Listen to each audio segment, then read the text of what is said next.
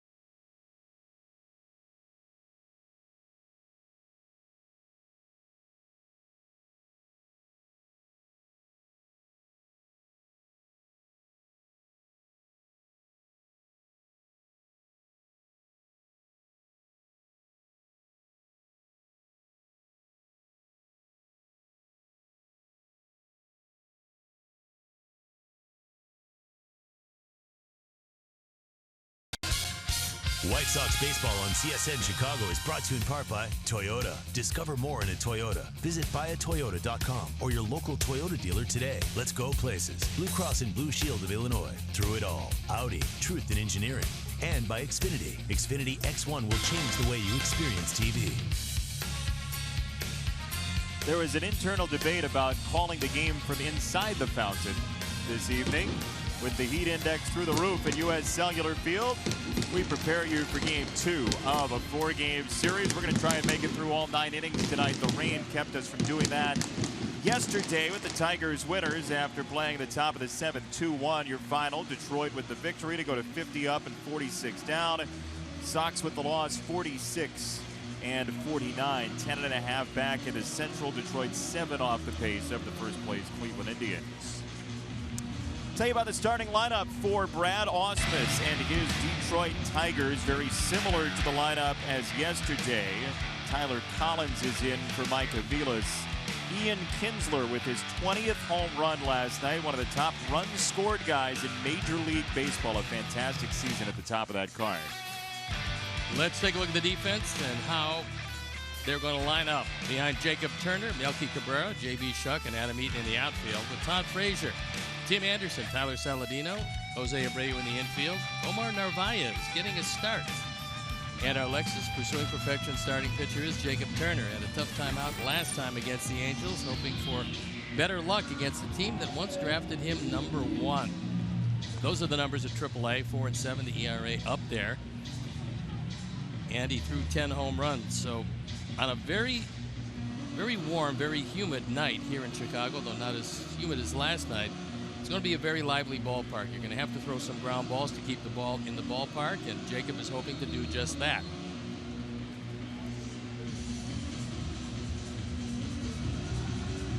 Take with the umpires for the game tonight. The crew chief, Jeff Nelson, behind the plate. Doug Eddings at first. Ryan Blakeney is at second, and Corey Blazer is at third. Well, the good news for the Sox right now is that the starting pitching in the last 8 games has 7 quality starts, a .348 earned run average. The starters are 6th in the American League in terms of ERA for starters, 12th overall ERA as a staff for the White Sox, who come in 3 games under 500. There you see Miguel Gonzalez, Jose Quintana, some of those starters. With Robin in the background as Jacob Turner, the 25-year-old, gets set for pitch number 1 tonight. 89 degrees as we get underway. As you see, Ian Kinsler, the 34-year-old, with 77 runs scored, tied for 3rd in Major League Baseball. First pitch, strike 1. Last night, Kinsler also took the first pitch. Don't look for him to take many first pitches after that first at bat. He's a very aggressive hitter. Goes after the 0-1. It's 0-2.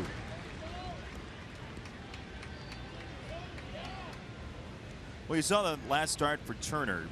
4 innings, 8 earned runs against the Angels at the start of the road trip off the All-Star break. Former first-round pick, as you said. He was drafted in between. He was 9th overall, in between Mike Leake of the Reds, who was 8th that year in 2009. The 10th pick was Drew Storen, then of the Nationals, now of the Blue Jays. Nationals also had the number 1 pick.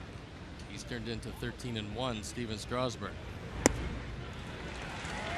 Easy work for Turner of Kinsler, 1 down. Jacob Turner not only threw at 98, but got some movement on it. So not only the ballpark, but that gun is very lively tonight.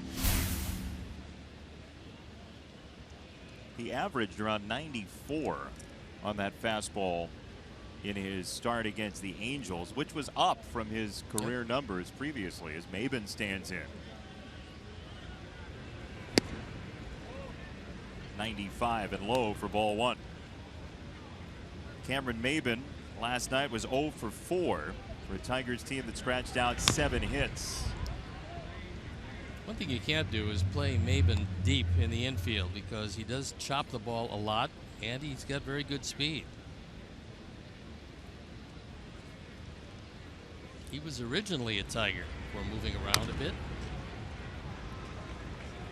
He's another first-round pick back in 2005, 10th overall. Then to the Marlins and the Padres and the Braves, and now back.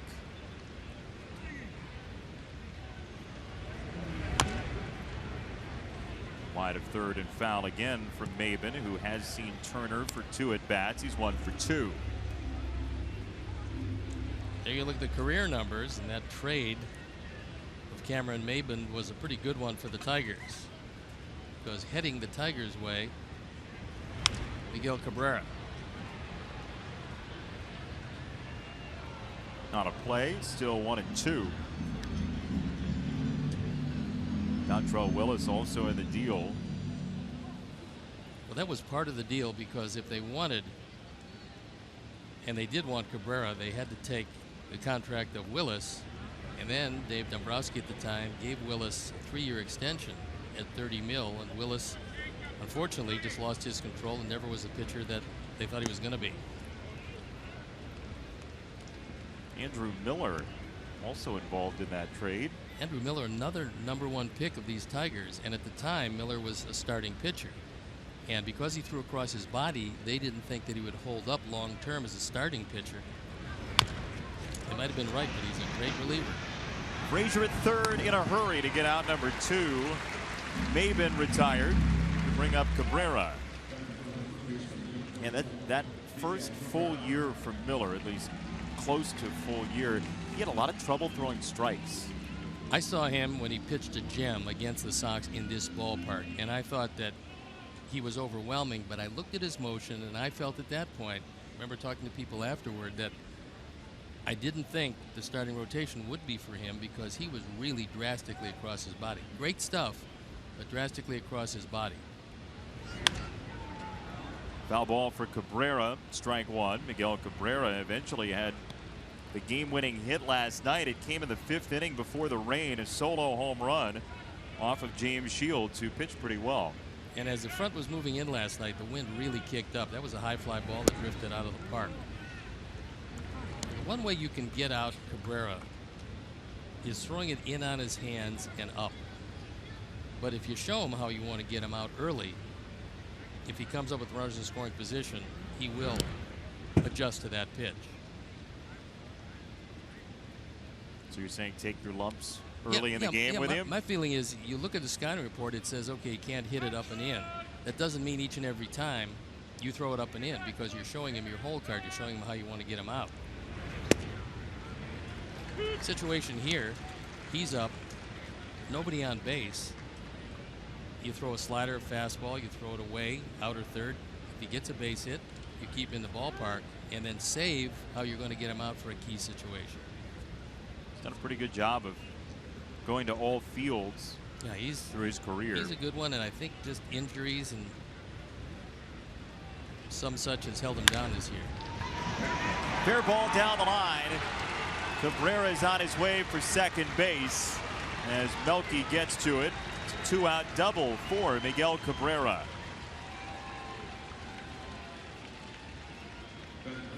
He did try to go inside, but the problem here is he stayed down. And Cabrera, who's just a wonderful hitter, takes it right down the line.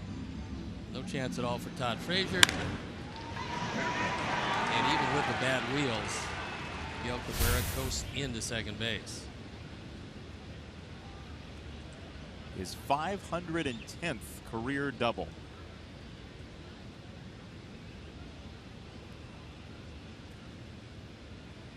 So Victor Martinez, with Miguel Cabrera in scoring position, will be intentionally walked. Saw it last night. Martinez was up with 2 on and 2 out, and the Sox bypassed him. That was a little bit later in the game, but not much, in the 3rd inning. Well, we talked about it last night, and the same thing holds true. In this lineup, especially with J.D. Martinez out of the lineup, you get a chance to work your way around Victor, take the righty-righty matchup. Not saying that you're going to get out Castellanos necessarily, but he's not near as good a clutch hitter as Victor Martinez has been for a long time in this league. Thus, the choice is Castellanos, who the Sox have handled very well this year. He's got 26 at-bats in the season series of 7 games. He's only got 4 hits. You throw him above the waist, you're in pretty good shape with him. You get a fastball down, that's where he can really hurt you, and he's having a good year this year. Leads the team with 21 doubles to go along with the gaudy numbers you saw. And he checks it up and takes ball number 1.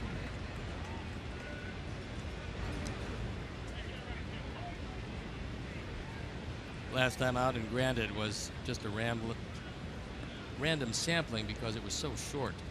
But Jacob, with runners in scoring position through off-speed pitches 65% of the time. 2-0.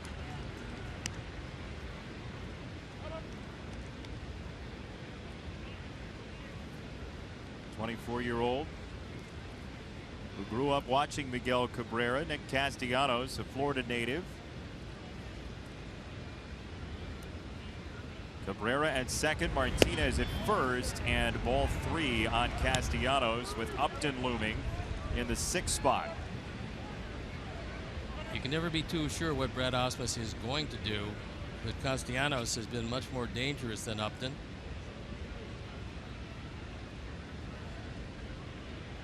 Might just see the green light. Not for that one. Ball 4. They are loaded with 2 out here in the first.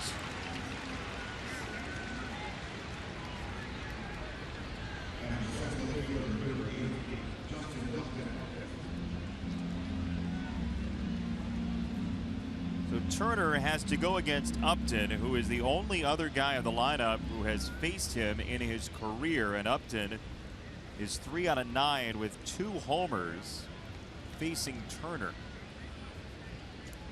They signed Justin Upton as a free agent, signed him to a very lucrative long-term contract. And Omar goes out there to have a word with Turner.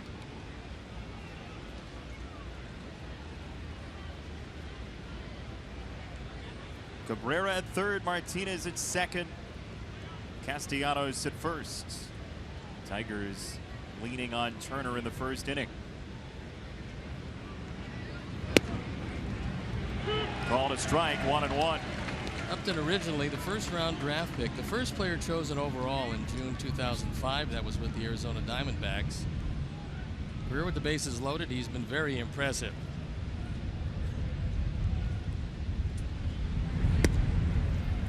Called strike 2, 1-2 for Upton, and he has an argument that it could be 3-0 on him right now.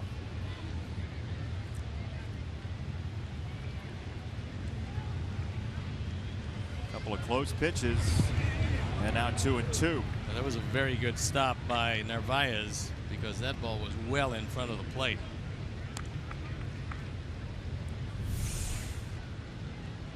Tries a wipeout slider, and that ball coming back, spinning back toward the plate. He's able to knock it down and control it.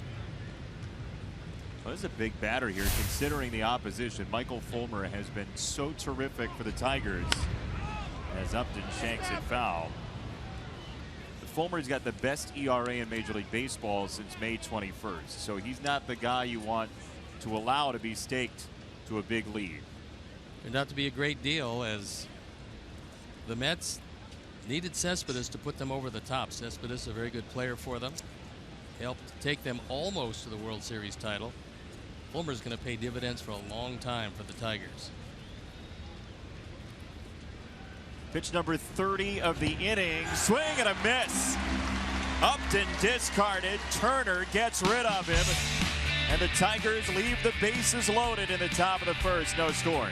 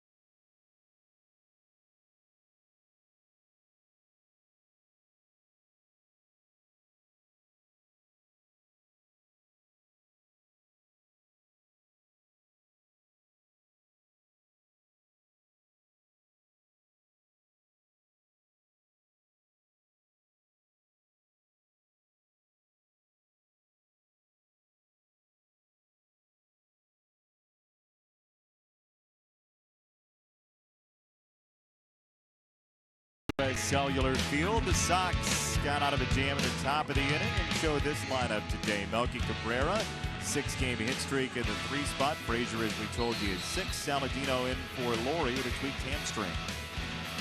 And the defense and how they'll line up behind Fulmer. It's Upton, Maven, and Collins, along with Castellanos, Iglesias, Kinsler, and Cabrera.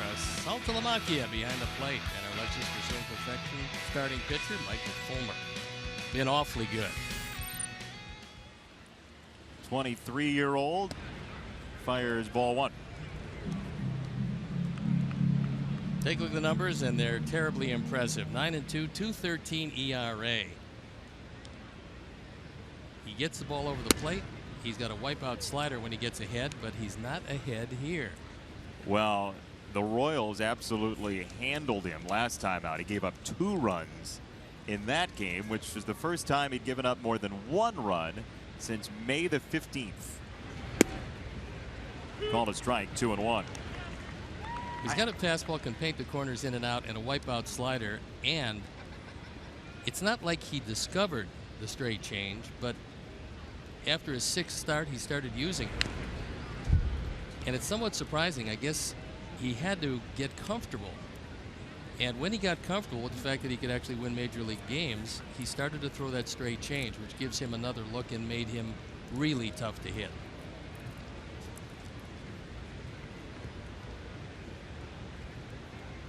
2-2. Eaton goes down swinging at 96, 1 away. So this is many times how trades are worked out as we're heading toward the trade deadline. We're here on the 22nd of July, as you see this one, the fastball, and it was on the inner third. Cespedes was available. The Mets needed Cespedes. The Tigers said, we want Michael Fulmer. Iglesias has it go through his legs. Anderson is on safely. Normally sure-handed. Iglesias picks up an error. This one just scoots right under the glove. He kept the ball up. The ball stayed down. That's only the 4th error of the year.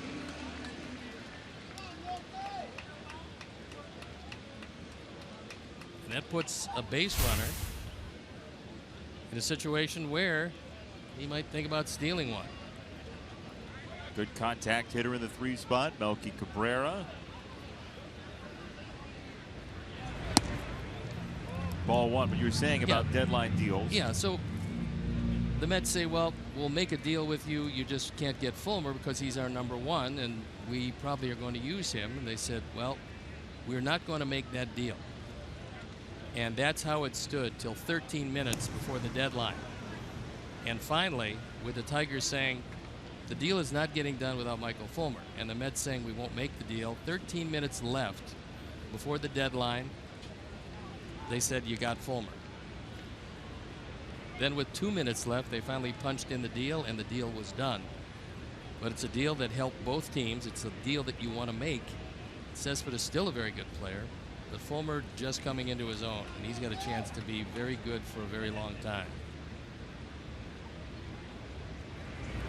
Anderson doesn't go. It's a ball outside to Melky, 2-0. Well, that's what you're looking for at the trade deadline, is a partner. That's exactly what you have to do. You have to get with a team that needs one piece to put them over the top. And you get their number 1 or 2 prospect to use down the road. The thing with Fulmer is it wasn't all that far down the road. The Mets knew that. The Mets knew what they had. He was their number 1 prospect.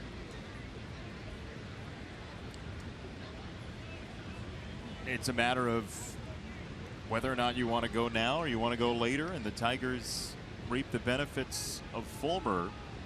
Anderson thought about breaking. Melky grounds it past him into right field. The Sox go 1st and 3rd here in the 1st inning with 1 out. So the air might have opened the door to a few runs here. Tyler Collins does not have the normal right fielder's arm. The right fielder normally has the best arm in the outfield. And so Anderson, knowing that This ball is through, can see it all the way, and realizing that Collins has no chance to get him at third. Runners at the corners, only one out.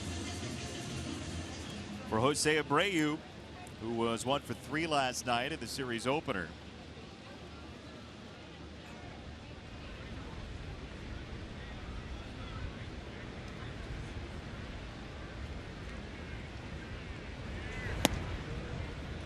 Stayed up for a strike, a slider from Fulmer. Against the Tigers this year, Jose's been awfully good. 7 games, 360 with a couple of home runs and 6 driven in. He usually saves his best for Justin Verlander.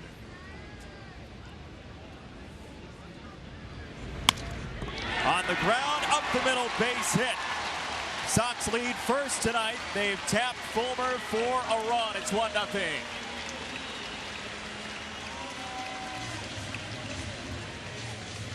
RBI number 53, as Jose gets one in essentially the same spot as he got the first one.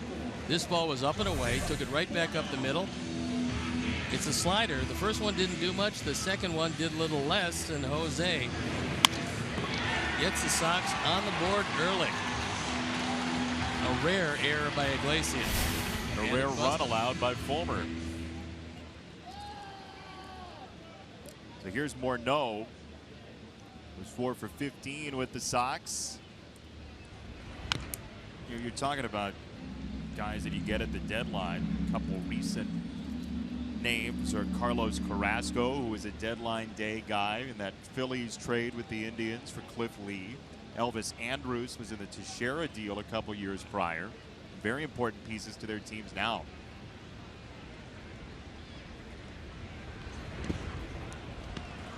Good slider down and in, and good block by Saltalamacchia. Take another look. Late breaking and blocked.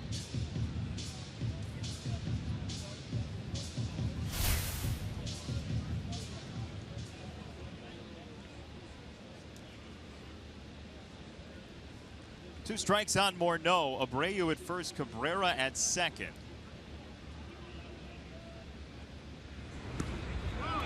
And that hits him in the shoe. Bases loaded, 1 out on an 0-2 pitch. Tried to throw the same spot as the last one, and this time he missed. So Fulmer is in a jam. That's the 5th man he's hit.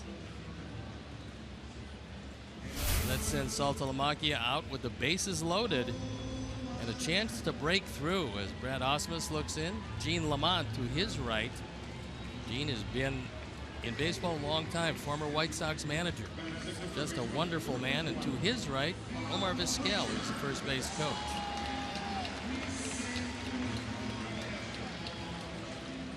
They've got to be wondering, how does this happen? He does not give up runs much at all, Michael Fulmer. The error didn't help. And here is Frazier with a ground ball to short. Iglesias, Kinsler, double play. Sox get an unearned run, and that's all. It's 1-0 after 1 for Turner.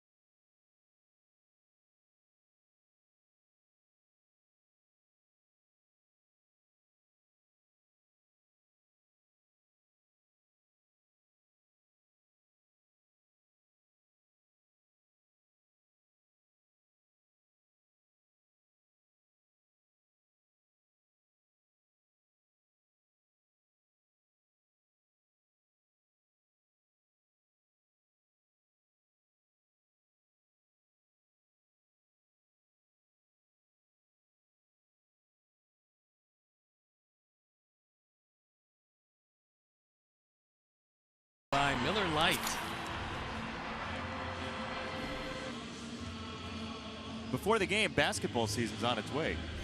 By the way, Steve Stone. Sean Marion, born in Waukegan, throws out the first pitch, takes a look and makes sure that his footing's okay. 16-season NBA veteran, 4-time All-Star. He'll be up to join us and talk about USA basketball, which is having a showcase at United Center on July 29th. Game against Venezuela. I remember Sean when he was with the Phoenix Suns. He was a good one.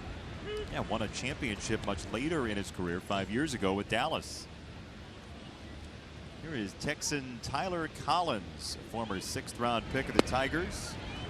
In his 32nd at bat of the year, he takes strike 2.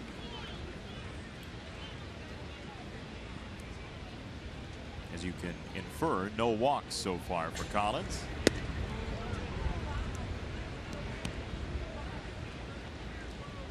Collins was up part of last year, part of the year before. Last year, a little bit more than part. 192 at bats. Breaking ball low, 2-2 for Collins.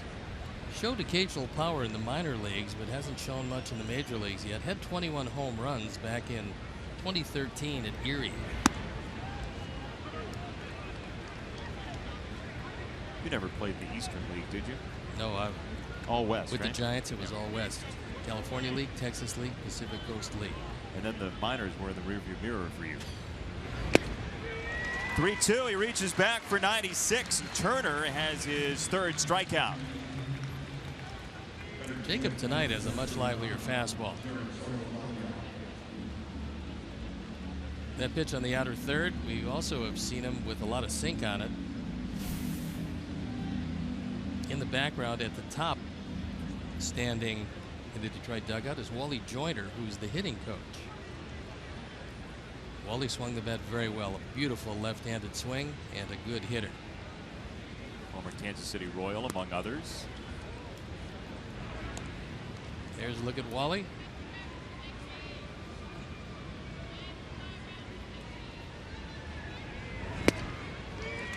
One and one for Saltalamacchia,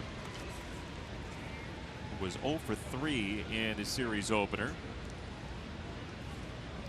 Most of his power coming from the left side, where he's hit 8 of his 9 home runs.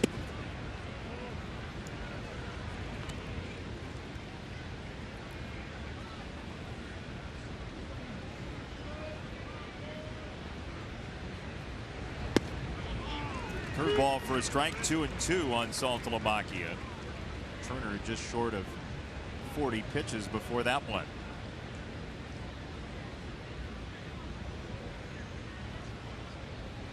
Saltalamacchia came up with the Braves and then was traded away because he had a pretty good catcher at the time. Called strike 3 at 98. Saltalamacchia disputes it. 4 punch outs now for Turner, 3 in a row. The problem is, if you are a catcher, you can't really dispute it all that much, even though he felt it was low and in. And Narvaez thought perhaps the same as he brought it back into the zone a bit. Brad Ausmus knows that. He's a former catcher. But you've got to try to get strikes for your pitcher. So that's 4 strikeouts already. And strike 1 to Iglesias. A lot of life on that fastball. 96, 98.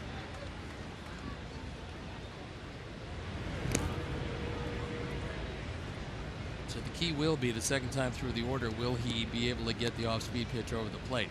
He's throwing much harder tonight than he was throwing out in Anaheim. And what I like about it is he's got some sink on it when he keeps it down. Saladino at second. Makes the play. Little break dance from Tyler Saladino to finish off the Tigers here in the 2nd inning. What an effort from Tyler Saladino. Inning over. 1-0 Sox.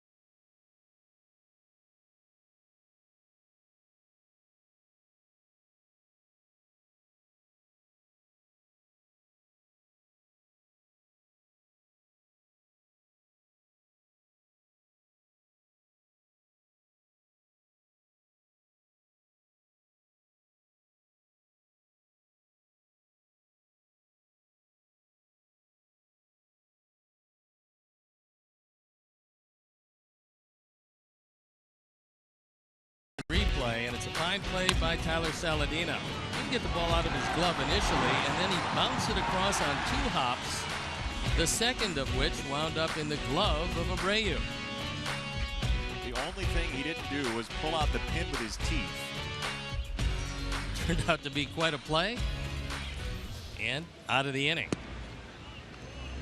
And ball number 1 to J.B. Shuck. Very spry young man, Tyler Saladino, usually shortstop, third baseman type, playing second with Laurie injured. He's a very valuable man to have around. Cabrera plays the spin well and gets rid of Shuck. 1 away here in the second inning. By the way, you can follow Dan Hayes, our White Sox insider, all season long on CSNChicago.com. Presented by The Great Escape. Pools, patio furniture, hot tubs, and more. Escape your everyday. Shop The Great Escape. There was a tall man in our booth, Steve Stone. A very tall man has stopped by. He will be on with us in the next half inning. Sean Marion will dwarf all of us. Yes, probably no chance of taking him to the boards and coming away successfully. Coming away intact. Strike 1 to Saladino. Tyler's done a great job wherever Robin has decided to play him and whenever he's decided to play him. But that one at 95 sinking like it did, probably not going to hit that.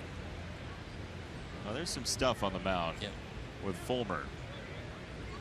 For a swingman, Saladino with 5 home runs and 20 driven in. Those are pretty good numbers for a guy who doesn't play very much. He has one of those 5 home runs against the Tigers this year.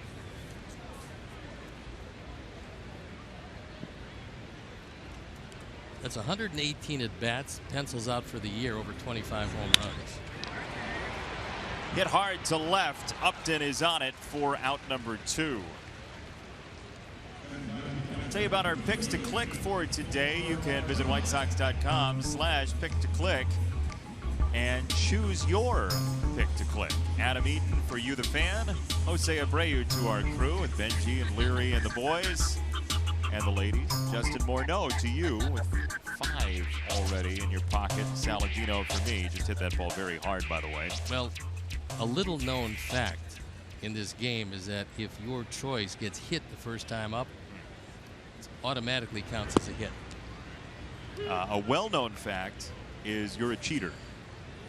Well, that too. But your grasp of the rules of pick-to-click procedure is really strong. Third base, Castellanos for out number 3. Quick inning for Fulmer. 1, 2, 3 to the third we go. Sean Marion joins us next. 1-0 Sox.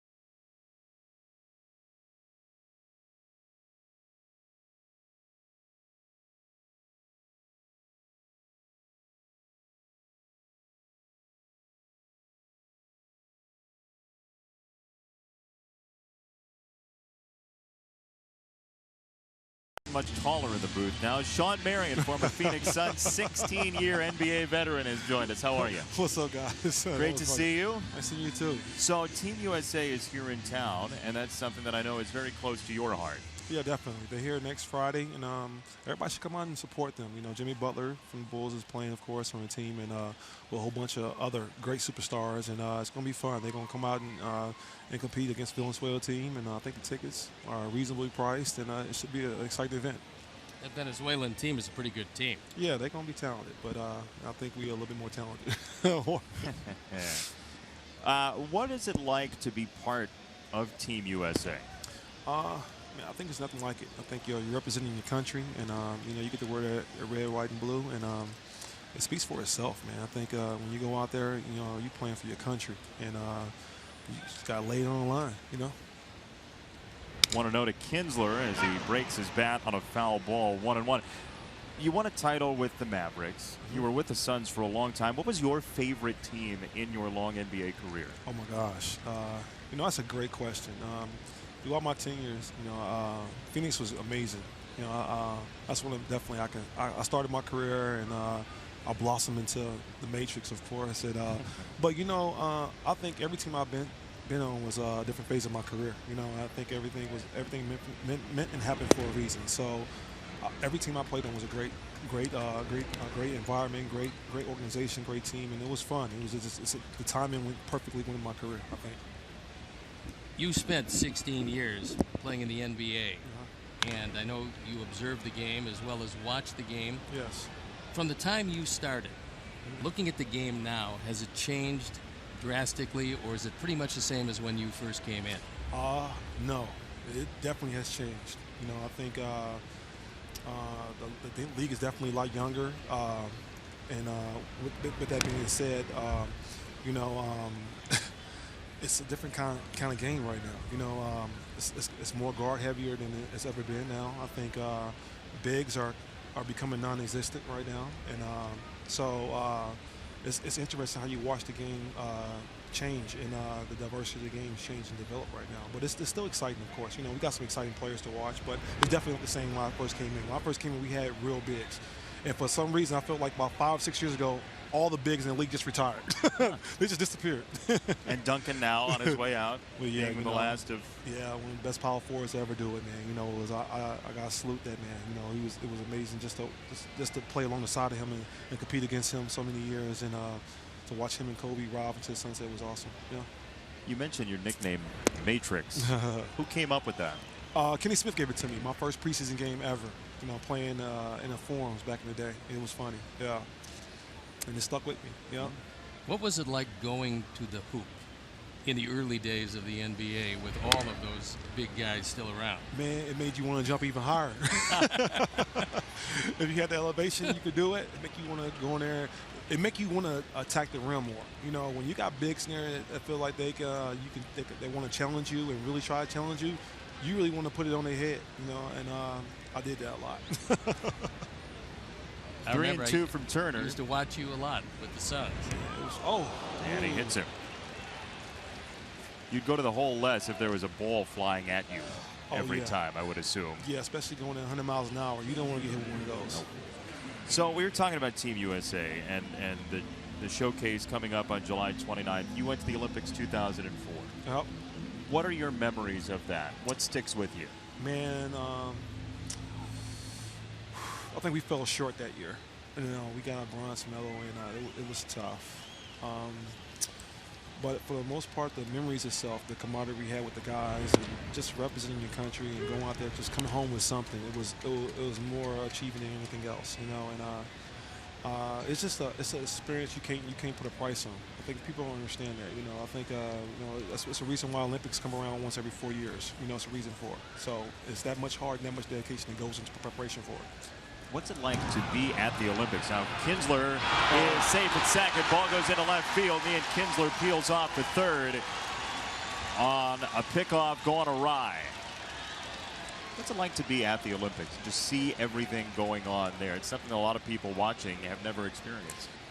It's actually pretty amazing, you know, just to sit there and to represent your country. You can be sitting in an audience with with 20 other countries. You know what I'm saying? With no problem. And you're representing your country with your wearing your colors with your pride on your back, and got the flags waving and stuff, and you're watching your team, and your team is prevailing out there. It's unbelievable. Everybody else is quiet, but you're rapid, and you're just on your heels, and you're just crying, and you're just so emotional. It's pretty awesome. You got Mike Krzyzewski, who is the coach of the ball club this year, USA Basketball, and native of Chicago. He's a legendary coach, and what do you think the guys are going to go through from all of these different areas playing under a guy with a pedigree, and Mike Krzyzewski? Yeah, it speaks for itself. Excellence. And I think this is not his first go around. So a lot of these guys have been played with him before, and so what more can you not expect from him? You know what I'm saying? So I think it speaks for itself, and he's a great coach, and he's a great guy, man. He's a motivator, and he does. I like him.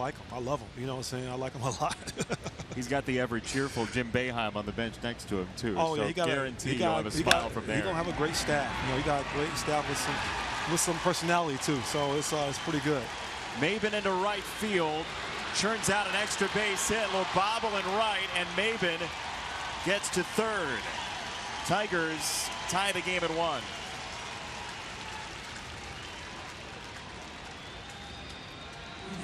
Well, Sean, I know you were very lucky in your NBA career, very good as well. You brought a lot of good luck to a lot of teams with your skill. You're not doing it now to the White Sox. Man, I tried to bring some luck in. I thought we started off the great, but love the jersey, by the way. That's a good look for you. I appreciate it. We had a couple. We started off the game pretty good, but now it's like we got a tie ball game. I ain't like that too much. A couple errors, they're back in the game.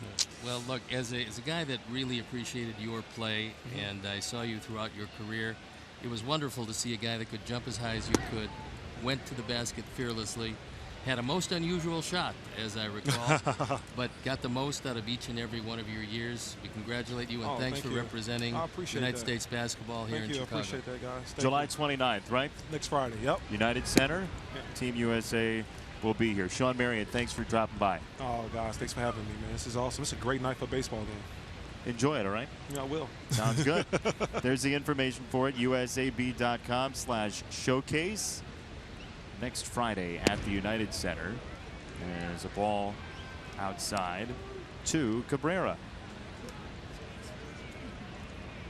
Sean Marion, wonderful guy. Wonderful guy and a wonderful player. When you look at his numbers over the course of his career, averaged 15.2 points per game and over 8.5 rebounds per game. That's, you get to 8+ rebounds a game in the NBA, you're getting it done. And Don Cooper is going out there to talk with Jacob Turner.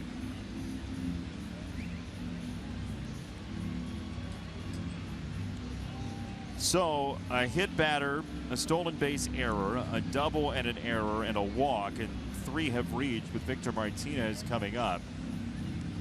And by the way, the good luck, bad luck thing is only temporary. Sean Marion could be very good luck coming in next time. But as you know, sports luck is a very serious thing. And we take it very seriously up here in the booth. Extremely seriously, as seriously as you do at home. So we'll have to see if maybe now a ground ball can help out, because Victor can't run very well these days, but he can hit. And he was walked intentionally in a first inning where the walk was prominent, because after another walk, Jacob Turner got out of that first inning with a strikeout of Upton and emerged from that one scoreless. Inside, kicks away. Maben scores. Cabrera to second. Tigers lead for the first time tonight on a wild one. First wild pitch of the year. Not exactly what Don Cooper had in mind when he went to the mound. Narvaez wanted that one away. It was supposed to be a backdoor breaking ball. Instead, it went low and in, and no chance to knock it down. So now what Victor has to do is something that he does with regularity from the left side, and that's pull the ball.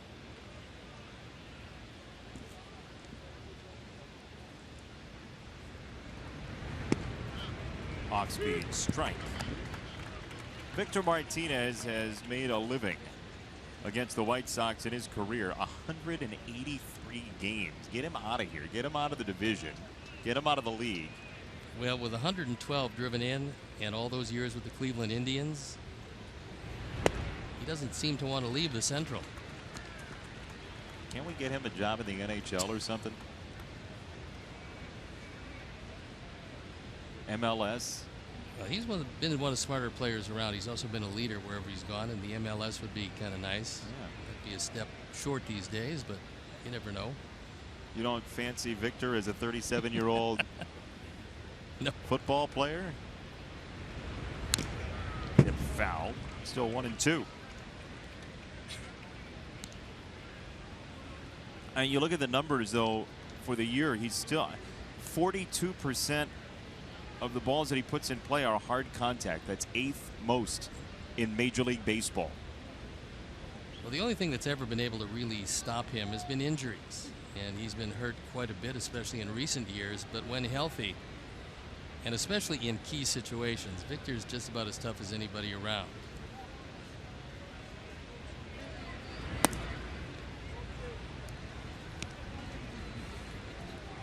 Eight for 15 against the Sox here in 2016. Another factor is this year, well, he's fanned 53 times, 336 at bats. That for him is a high number. He usually is very difficult to strike out. In the air, foul left side. That was pitch number 67 from Jacob Turner through 2+.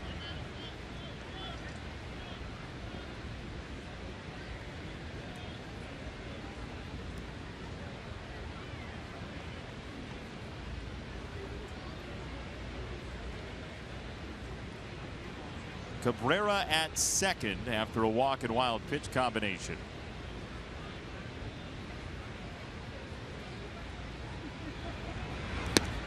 Outside, 3-2 on Martinez. Last year, Victor fanned just 52 times and 440 at bats. So this year, striking out a little more frequently, still in key situations, hard for him to avoid contact.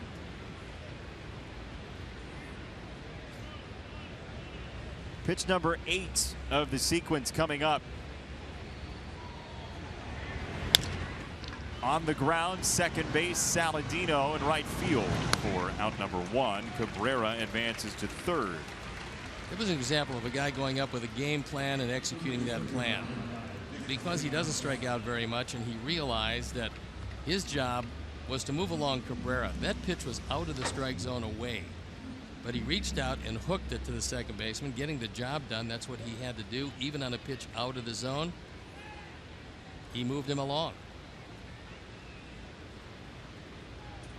Pushing Cabrera to third for Castellanos, who walked on 4 last time.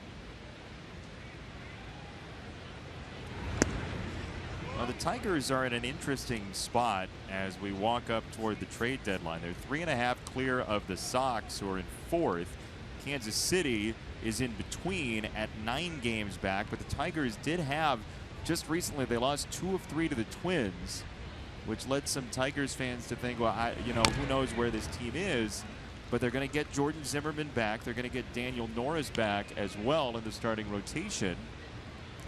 And we'll see where this Detroit team ends up as we move toward July 31st.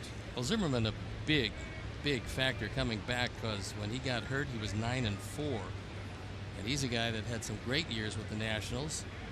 He's the first guy, I believe, having Tommy John surgery and then signing a $100+ million long-term contract. Foul ball, 1-2 on Castellanos. I mentioned the Central standings. Sox 10.5 back. Cleveland at 18 over as it stands right now. The pitching has just been superb for the Indians. This is a Sox team that was 23-10, but that 24th win in the second portion of the season still has yet to come.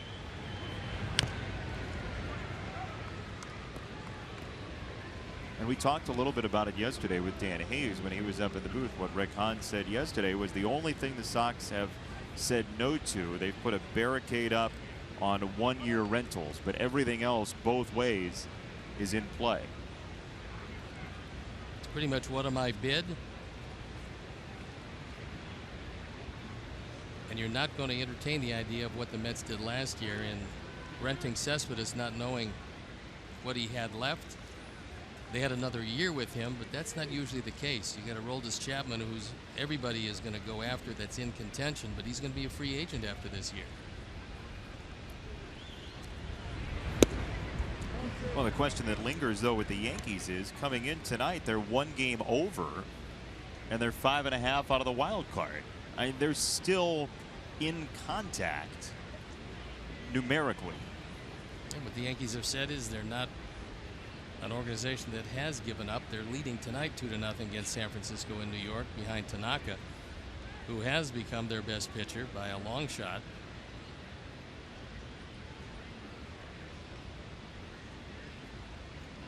Two and 2 to Castellanos, and he stays alive. And Cabrera at third, 1 out. Castellanos, no stranger to the strikeout. He's fanned 91 times this year. Only Justin Upton has fanned more on this ball club.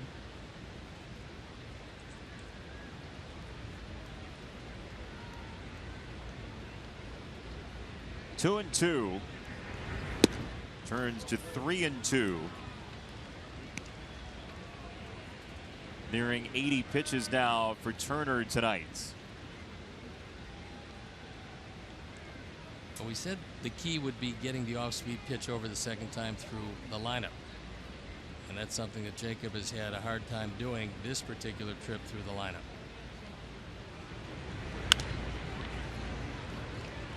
Off the tarp, which was the MVP of last night's ball game. Off the rain that came through. Well, Roger Bossard got the tarp out before the real heavy stuff came, but he knew it was here and here to stay. Unfortunately, at the time, Sox losing 2-1 on a couple of Tiger homers. There was no more baseball to be had. It was the last line of Casey at the bat. Up the middle and through. Castellanos compels Cabrera home. 3-1 Tigers. Even at 96, if you're throwing it right down the middle, it's going to get hit. And that's RBI number 53. It is a fastball down the middle, right back up the middle in a 9-pitch at bat. So good execution on the part of Victor Martinez. Moved Cabrera to third base, and then a battling at bat by Castellanos brings him home. And of course, a couple of errors this inning did not help matters very much. All 3 runs in for the Tigers here in the third, and now Upton,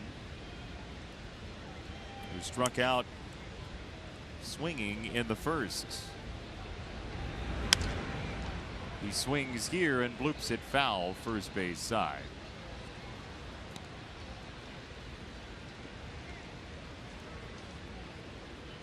Well, the trade deadline's an interesting beast because it's really only the one definitive line of demarcation in a baseball season. A long season. Well, also you're dealing with one more wild card team, so you have that many more teams in contention for postseason play, and with that, many more possibilities for the teams that are going to finish up the track to trade some of their better players to contending teams, especially if you have them beyond just this season. And some guys with contracts that last beyond this year, maybe for 1 year, probably will bring you a whole lot more than the guys who will become free agents at the end of this year. The runner off, Upton a flare, short right field, and that gets down.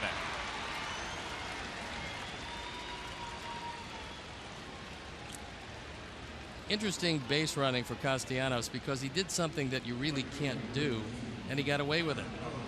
He took a look. If this ball is caught, he's standing at second base anyway. He started to go back toward first. But if the ball's caught, he's going to be an easy double play target. He didn't pick it up right away, and here he is. He starts to head back. He's never going to get back if the ball's caught. You might as well at that point just stay at second base, see what happens, and as it turned out, it drops right in front of Eaton. Castellanos secure at second base. Here's Tyler Collins. 5 of 6 batters have reached here in the 3rd inning. And ball 1. Matt Albert starts to throw.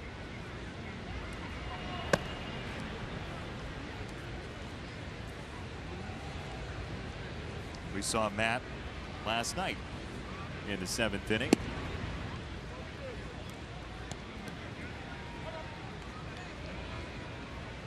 Two and 0 for Collins. Saltalamacchia next. Iglesias to follow. These 3 were part of a 1-2-3 second inning for Turner.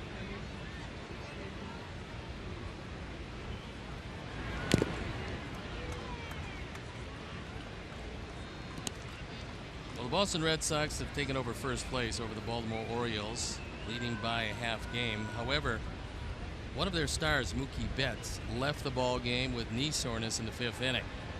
A game that Boston is currently losing in the bottom of the 6th inning, 2-1 to Minnesota.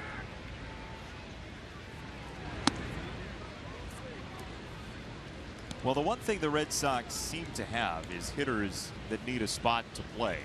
Not that you'd like to lose Mookie Betts, but if there's a team that's insulated enough to lose somebody, it might be the Red Sox. They've made 3 trades already and probably sitting on one more impactful trade. 3-2 on Collins. That's a 2-1 lead for the Twins over the Red Sox in the home 6th.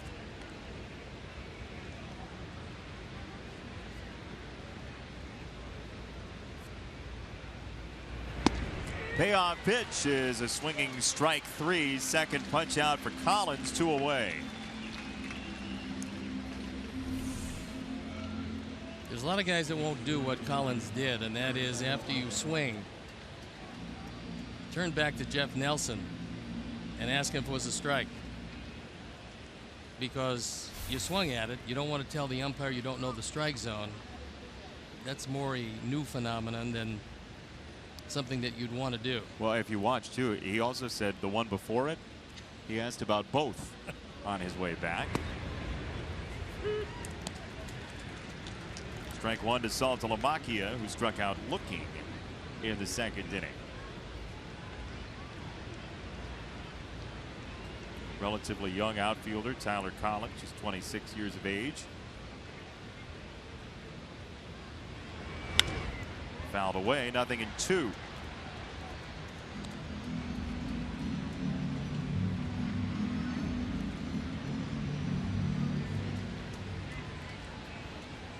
As a reminder for you, by the way, Tuesday, with the Cubs in town, as they normally are in town, it's a shared city sort of scenario, at U.S. Cellular Field, 6:10 start time, 6:10 first pitch. That's been moved up an hour to accommodate TV partners. 2 strikes. Called strike 3. 6 strikeout for Turner. Tigers get 3 and lead by a pair.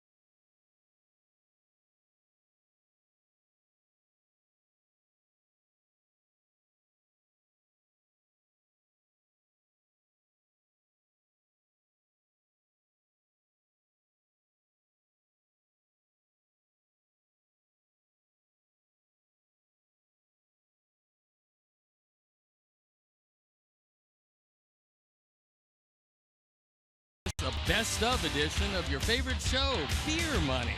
You'll see all the greatest and maybe not so greatest moments all in one episode. It's the best of Beer Money presented by Coors Light, Sunday at 7 p.m. on CSN Chicago. Currently in production, Beer Sox Math. Would you watch Beer Sox Math?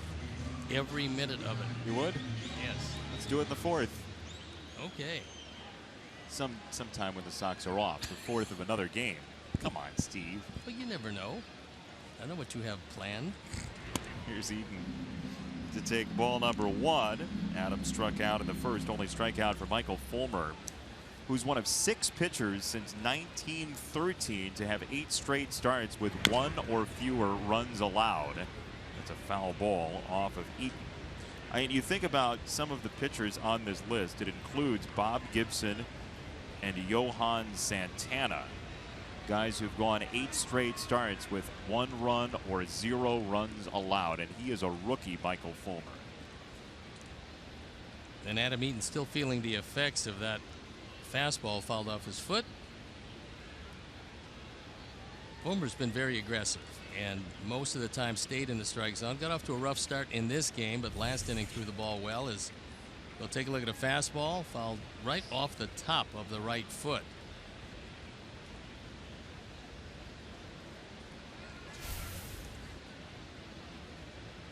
There's the foot in question.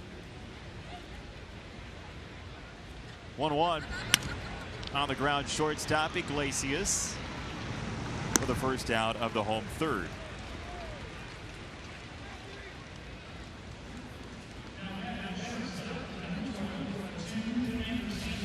Let's take a look at the rookie impact this season. The first 4 starts, well, Fulmer had a problem, as most young guys will.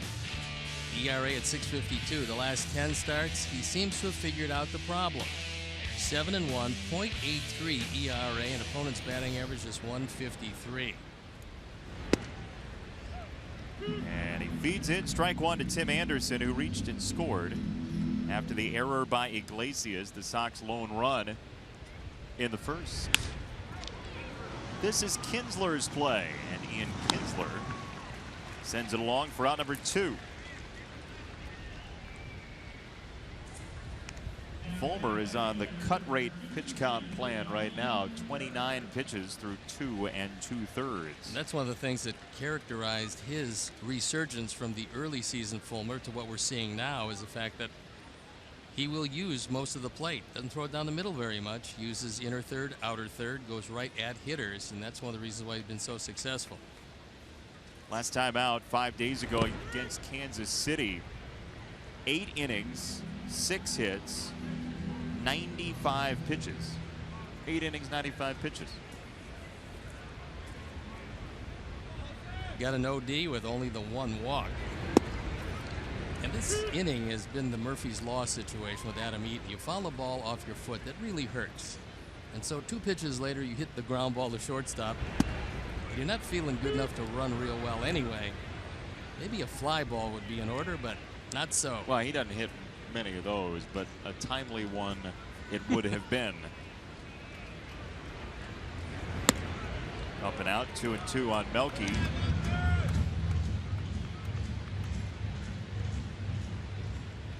Single to right for Melky the first time as Fulmer glares at him.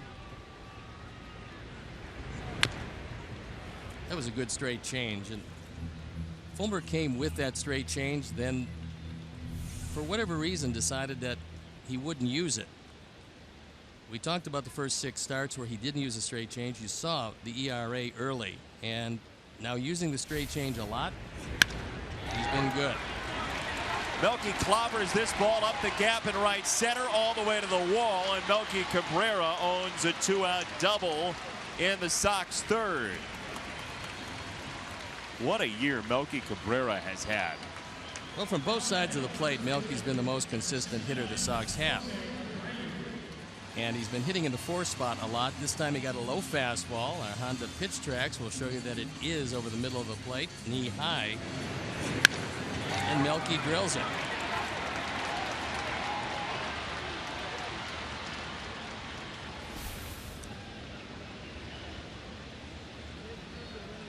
Abreu drove in Anderson in the first. Can he score Melky? Ball one. Melky came in hitting .338 from the right side and .292 from the left side. Now, most of his home runs have come as a left-hand hitter, but he's been a much better hitter right-handed.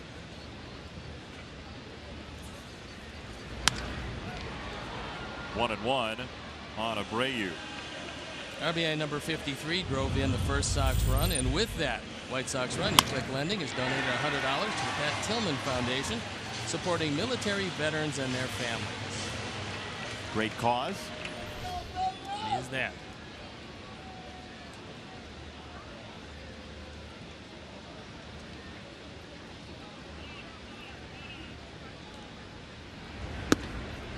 I don't want to be the doomsday guy, but there's some clouds building beyond the right field wall again.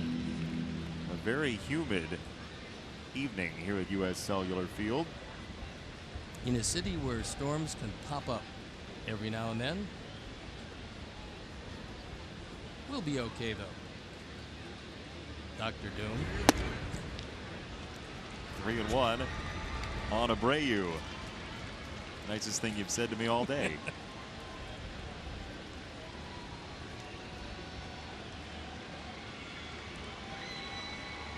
Outfield very deep all the way around, almost ensuring that on a base hit, Melky's going to be able to score. 3-1 is high ball 4, giving Morneau a shot with 2 on, 2 out.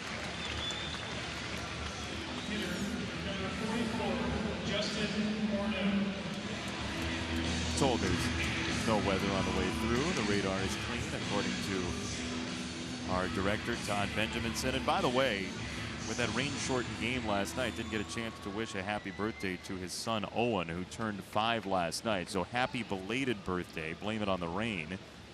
Happy birthday, Owen, yesterday. He thanks you. Realizing you only had like 2.5 hours or so. You really going to do this now? No. 1-0 on Morneau. Outside and high, 2-0. I did see poor Owen though, and a little depressed as kids go. Because he knew that I was going to wish him happy birthday. He was pining for the happy birthday. Oh. Thanks for that uplifting update. There's some young fans. Owen not pictured there. Hoping that Morneau gets a fastball in the zone.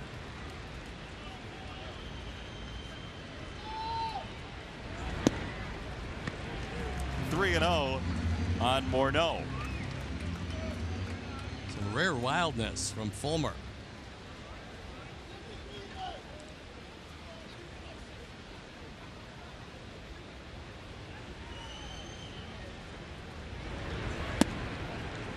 There's a strike, 3-1.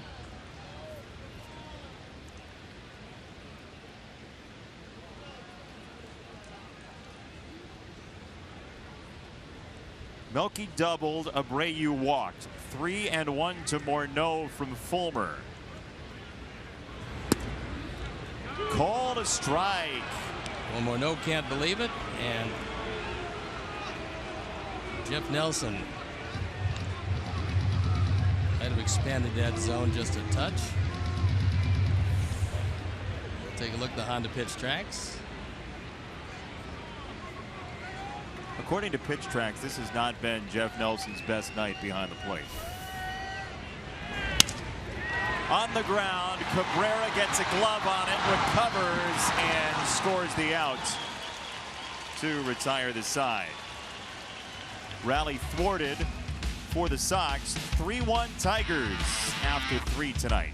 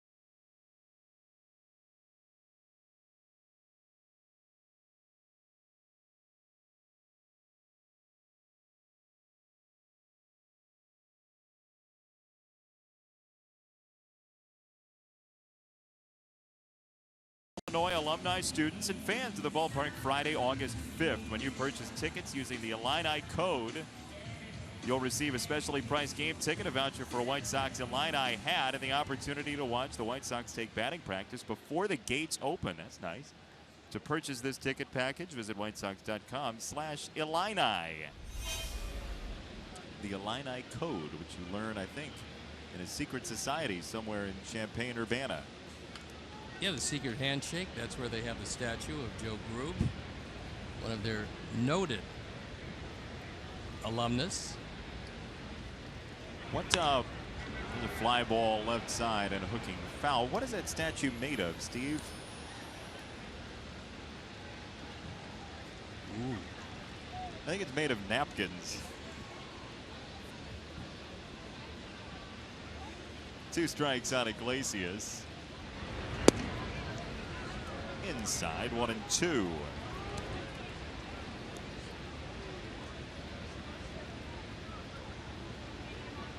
Iglesias, a former Red Sox shortstop, came over in a 3-way deal, including the Sox.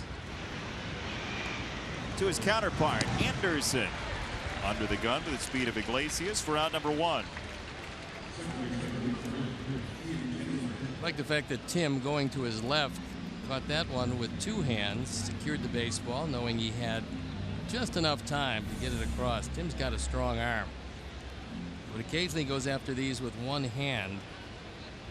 And here he secures it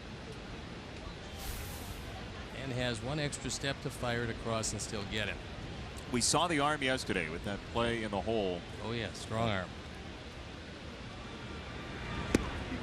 You know, it's funny. I said, did you watch it back? And Tim said, I watched it twice, the play from last night, because I don't know how I got it there so quickly. He was surprised by his own arm on the ground ball last night early in the game. We're going to take a look at it. You'll see him not only with great range, but having, because he couldn't stop and plant, having to go airborne and get the throw there. Hard hit ball for Kinsler, who is on again, his first hit. Here comes Maben. Here's the play we're talking about with Anderson. Well, this is some effort last night. Aviles thinking he's got a base hit, but he gets it there a step ahead of time with a whole lot on it and very accurate. What a play by Tim Anderson.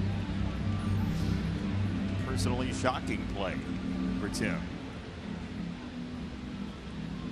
So Narvaez goes out to the mound to talk with Turner. The bullpen is up and going once again. And in an effort to allow the pen some extra pitches, Don Cooper walking slowly. So ponder this one for a bit. I have a query of you. Okay. Got a pretty good double play combination with Detroit.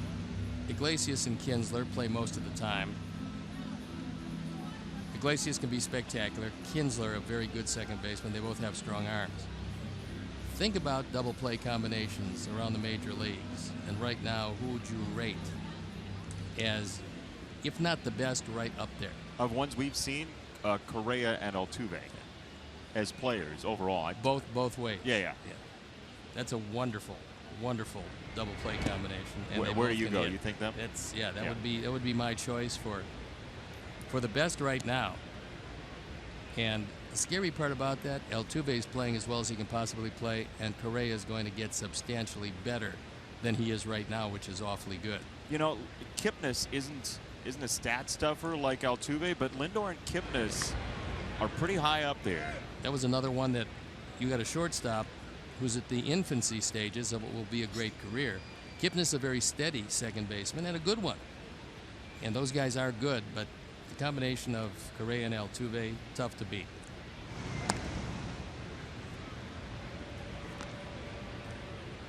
Kinsler at first is a flight risk. He is 9 for 12 in steals coming in. He's got one tonight, making him now 10 for 13.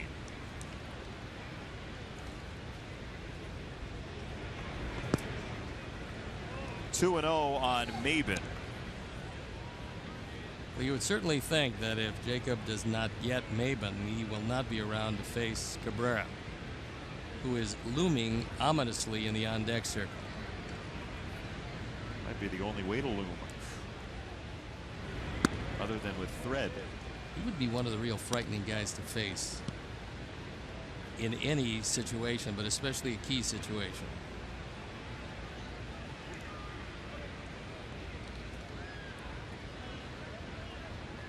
Three and 0 for Maben. There's ball 4, 2 on, 1 out, and that may be the last act of 25-year-old Jacob Turner tonight. Here comes Robin Ventura to make the change. Fourth walk for the Tigers this evening. 2 runners are on, and to the bullpen the Sox go here in the 4th inning.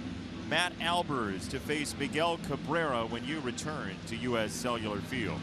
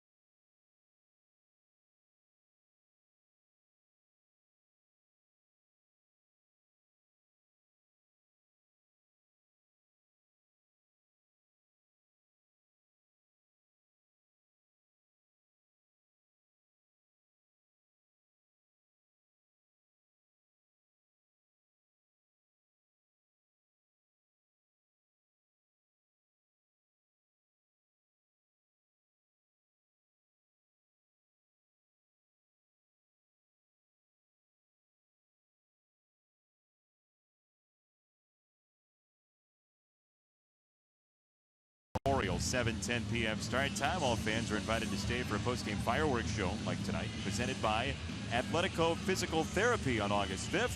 Athletico Physical Therapy, better for everybody. Purchase tickets today by visiting whitesox.com or calling 866 Sox game.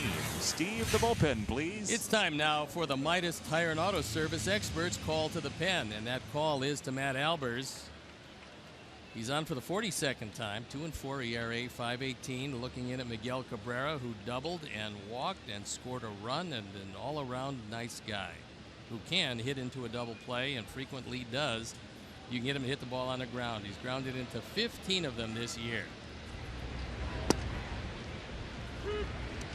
Strike one from Albers to Miguel Cabrera.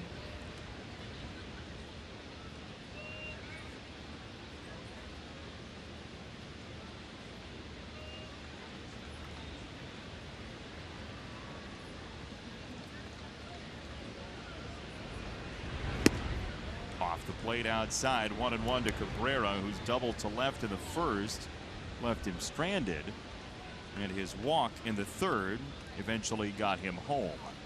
Trying to take away the alleys from Cabrera with Melky in left and Eaton in right, trying to bunch him to center field, giving him both lines.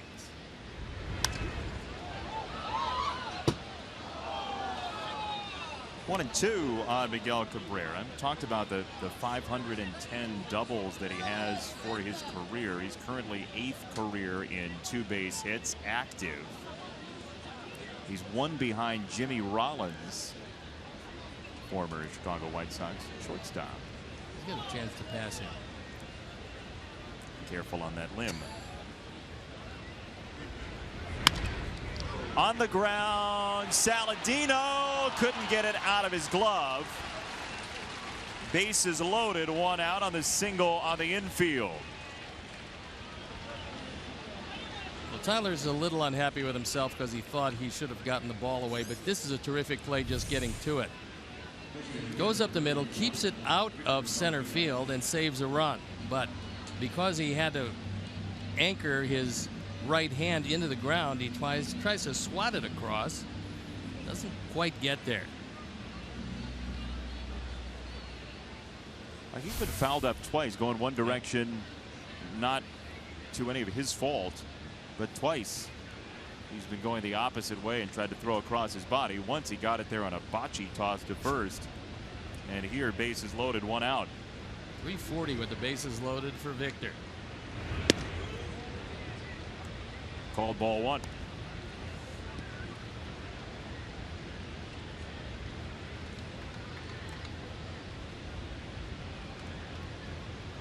You know, people overuse the term professional hitter, but he is really what people are talking about when they use that term. A lot of people don't know the transition for Victor Martinez, who came up a catcher. And then when the legs started to give out, the Indians put him at first base, where he was pretty good. And as the injuries started to pile up and he moved to Detroit, he became a full-time designated hitter. You take a look at Kinsler, Maben, and Cabrera. Third, second, and first.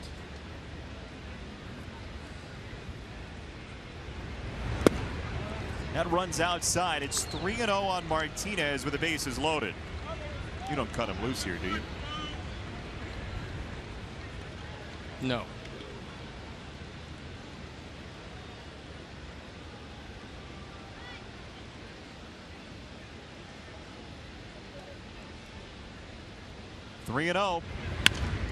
He does swing away and slice it to left center field. J.B. Shuck is there. Kinsler is home. The Tigers get one more. It's 4-1. It actually turned out to be a break because that was ball 4. And he expanded his zone, drove home the run. That's number 56. But as you'll see on the Toyota pitch tracks, this pitch is low and out of the zone.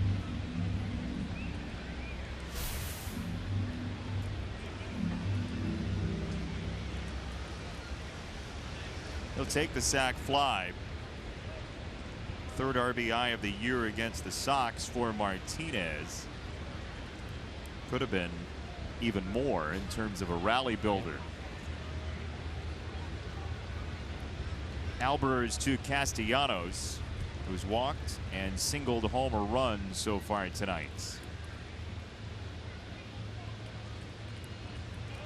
Victor Martinez, by the way, his first 2 career home runs.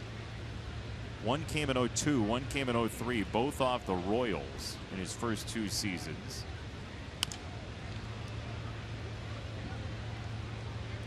Now here in 2016, a superb career for Victor with 217 career homers. Victor, just one of the great players to come out of Venezuela.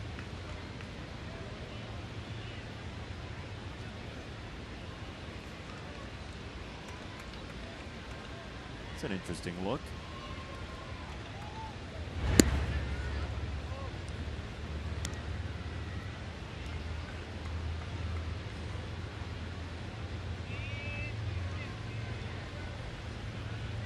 Well, that's Tigers. You got some well-traveled I think the eye's missing fans here, and they're wearing each other's shirts. Caring and sharing. The eye is in the beholder, you know. Or the lavatory. 1-2 on Castellanos.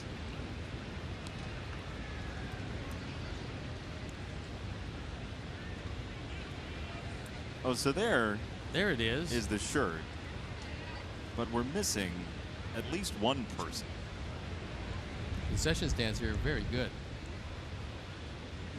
By the way, let's remind you one more thing. Not only is the game scheduled for 6 o'clock on Tuesday night against the Cubs, but please get here early both nights. There's going to be huge crowds expected. There is standing room only seats available, but in order to get into the ballpark, get situated comfortably, get here early, because there's going to be a lot of people joining you wanting to see those 2 games here and then 2 at Wrigley Field following.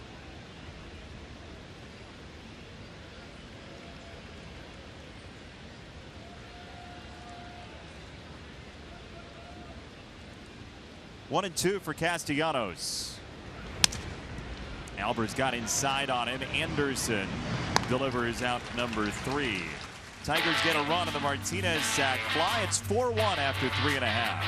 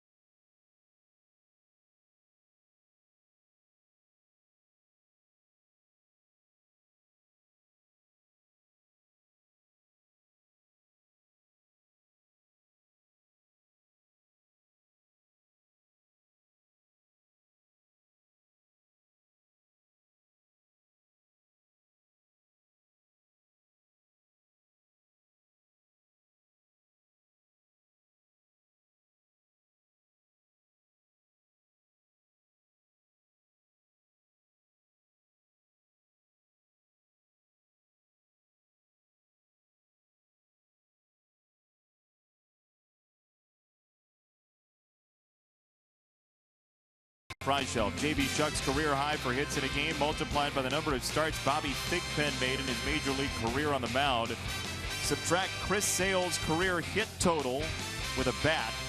Add the official distance to left field at U.S. Cellular Field. That is your SoxMath question for tonight. Use the hashtag SoxMath. If you don't, we can't give you a prize. If you do, we can't give you a prize if you get it wrong or if you're not first. Well, we could, but that wouldn't be fair to everyone else. Pretty glad you clarified that. And order of operations not followed. Restrictions may apply. Not valid in 49 states.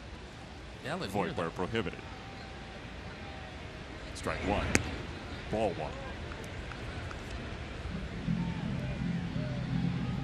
1. 1-1 on the Sox leadoff batter here in the 4th inning. Todd Frazier. Who fouls the ball back just below your position, Steve Stone. Time now for a Lowe's home field advantage. In the last 9 home games, Todd Frazier hitting .355. He's hit 4 of them out of the park with 4 doubles, 8 driven in, and a slugging percentage of .871.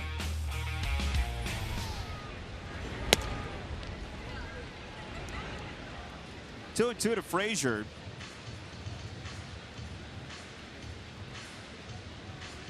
Who bounced into a double play in the 1st inning.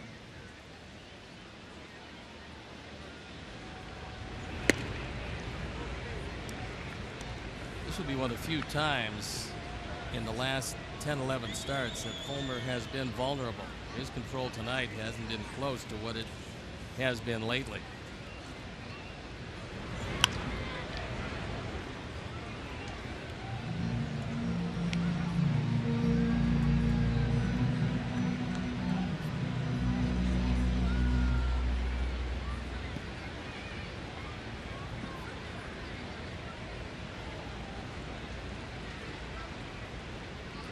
Three and 2. Swinging strike 3. The slider from Fulmer does the trick.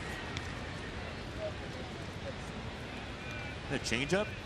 It was. 1 out. Credit Saltalamacchia for a pretty good call. He's got supreme confidence in this one. It was close enough.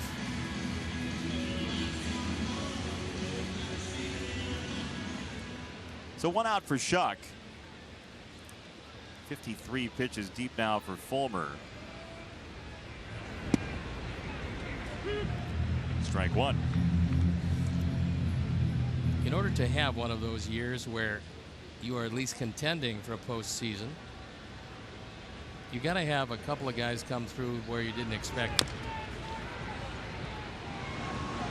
Fulmer to Cabrera, 2 down. And Fulmer is exactly that type of guy. They knew he was going to be good. They didn't realize he was going to be this good this soon. And so with Christmas in July here at the ballpark, southpaw, I'm sure, is a very toasty southpaw tonight.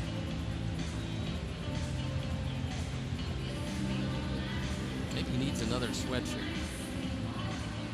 And that is a splendid look. If one of those bulbs goes out, does the whole string go out?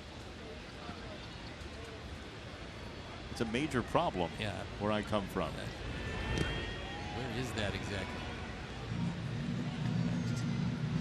See, that's what happened. It went out and everything went out. All it takes is one dim bulb. Words that you've lived by for decades. You're not kidding.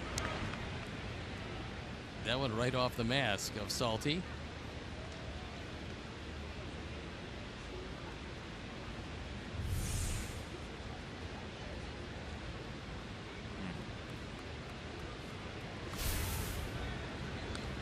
Veteran catcher has seen his share of those.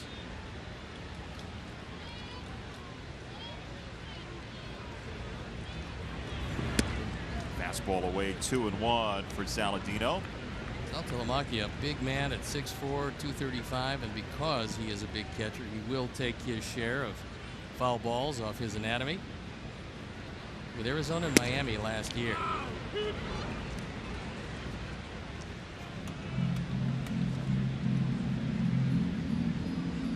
Fluorescent fingernails for Saltalamacchia in a night game. Some pitchers have a hard time picking up the signs.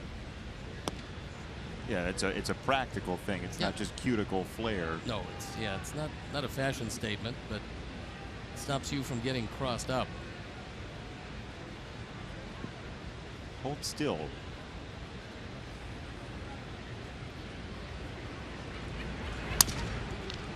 Broken bat grounder to Iglesias. Clean inning. 3 in a row for Fulmer. To the 5th we go. Tigers lead by the count of 4-1.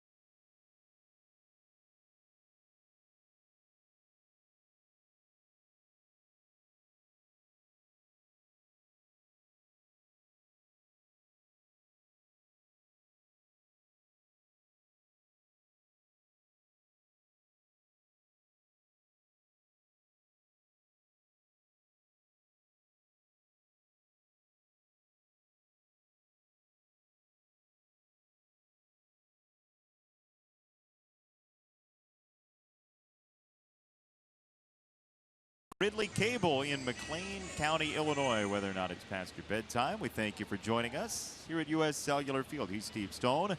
I'm Jason Benetti, our entire crew. A humid day at the ball yard and a Tigers lead by the count of 4-1 in the 5th.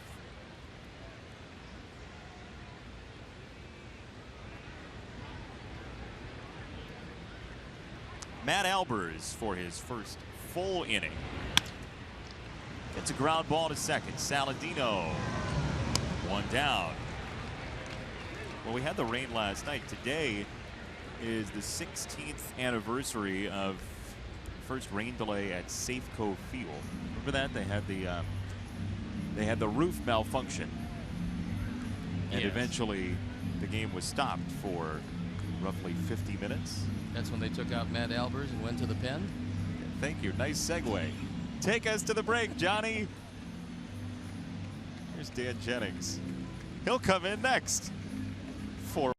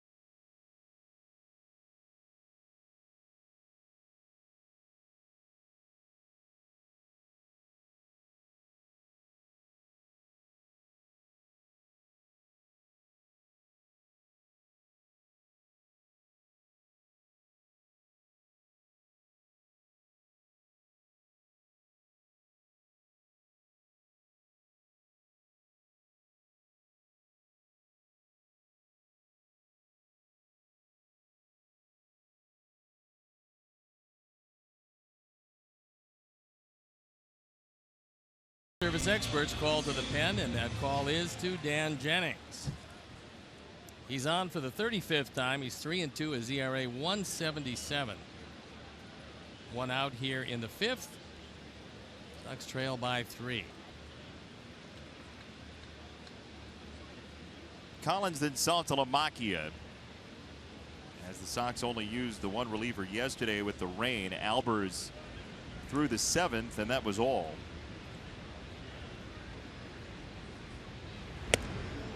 A visit to the chin for Collins and a fastball.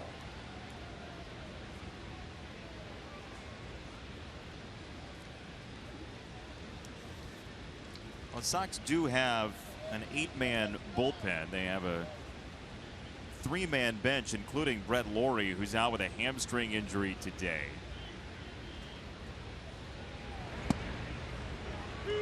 One and one on Collins.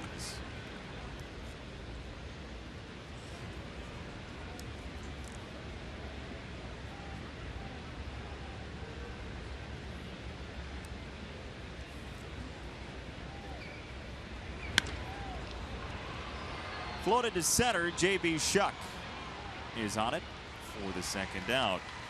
All right, here's your Sox math answer for tonight. J.B. Shuck is the start of that. 3 is his career high for hits. Bobby Thigpen made 0 starts. It's a trick. Subtract Chris Sale's career hit total, which is 1. That's a negative number. And then you add the 330, the distance to left field. 329 is your answer. SSSP Knowles got in by 2 seconds for the victory today. There's the 330 sign. And there's J.B. Shuck, who looked like he was a little sick of Sox math. Did he just roll his eyes at Sox math? Either that or Mr. Knowles winning again.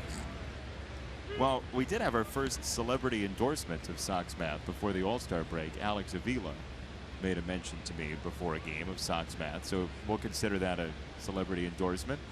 It's a good celebrity. On the ground, Anderson. And it pops out of Abreu's glove, backpedaling into foul ground. Well, we will see who gets charged with that one. It's going to be the third the Sox error of the night. It's E6. He has plenty of time. This one off the mark.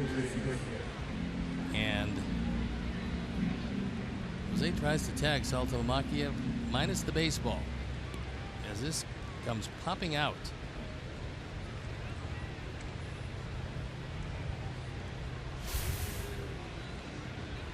For such an organized game that baseball is, there can be carnage at first base when a ball gets away.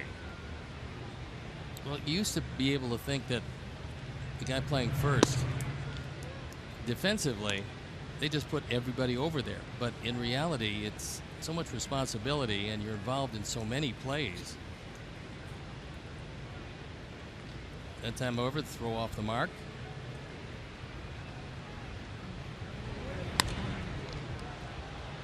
Slice to left and foul for Iglesias. Bullpen starting to work again for the Sox. Tommy Kahnle is up.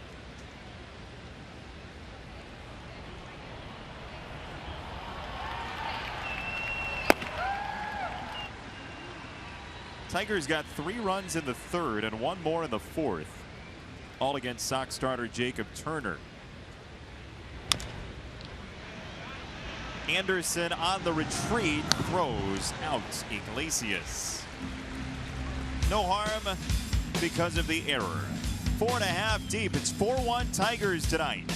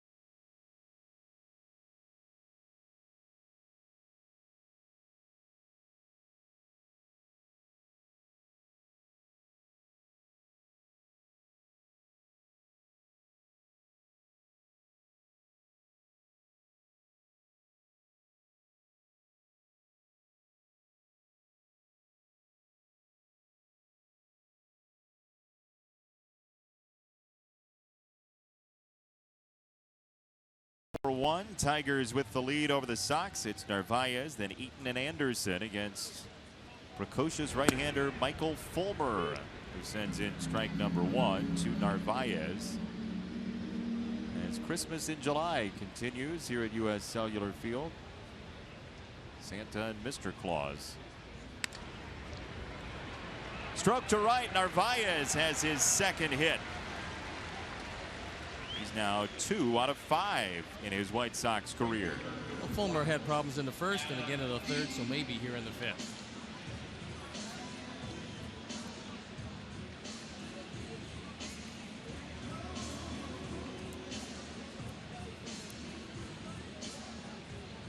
Sox, as you mentioned, put 4 base runners on in the first, then 2 more in the third. 1, 2, 3 innings in the even innings for Fulmer tonight. As he misses high and away. Ball number 1. Not the same command we had heard about and seen in other games with Fulmer. No, you could see it early. It's not necessarily the base on balls because he's only had one of those, but he's hit Morneau, and he's been fairly wild early in the count, which is unusual because he's been attacking most everybody. There's a real strange thing about Fulmer, and sometimes you see this with pitchers. He's had this magnificent rookie season, but with AAA Toledo, 3 starts, 7 earned runs in 15 1/3. His ERA in AAA this year is 4.11, which is nearly double what it is here in the majors.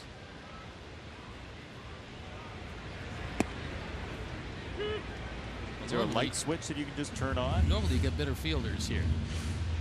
I'm pretty sure Iglesias and Kinsler were not his double play combination. So well, the Mud Hens would be the Governor's Cup champions. Just hand it to him if Iglesias and Kinsler were down there.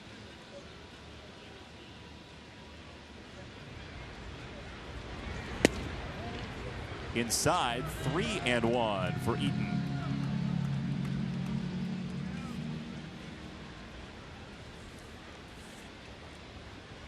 Tim Anderson awaiting. Sox have the leadoff man on for the first time tonight here in the 5th.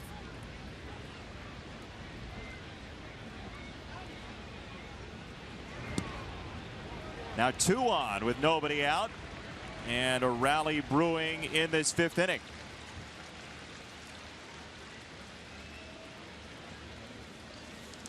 First 20,000 fans at each game receive a Merck's Cheese Spread game card. Good for savings on delicious Merck's cheese in the deli or dairy case at the local grocer. Watching the White Sox and saving on Merck's cheese. Some fans have all the luck. Purchase your tickets today by visiting whitesox.com or calling 866-SOX-GAME.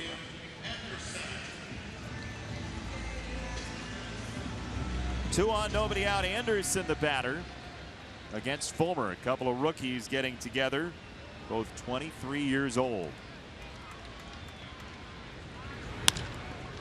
To third, Castellanos gets it out at second, and nothing more. Narvaez back to third.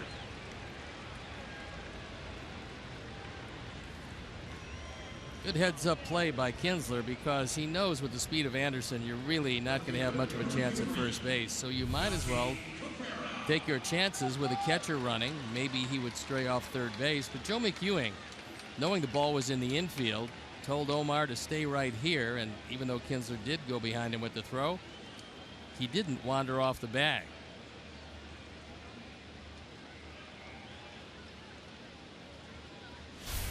Yeah, one more step.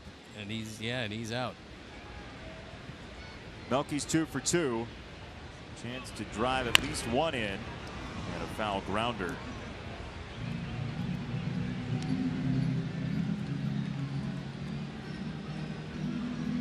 Seven out of 17 this year against the Tigers for Melky Cabrera. Average rising from 302 starting play today.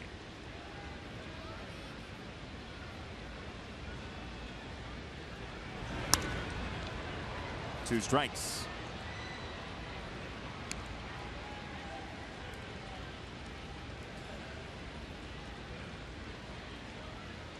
For all of the erratic location tonight, Fulmer, at least compared to his previous starts, Fulmer has still not given up an earned run.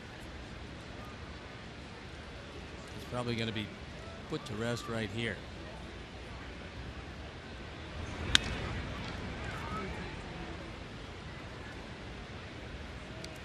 Melky hit it hard, got a slider inside as Fulmer tried to put him away. Melky's only fanned 38 times this year, 333 at bats. That's very impressive in a day and age when there's a lot of strikeouts around the major leagues. He got him.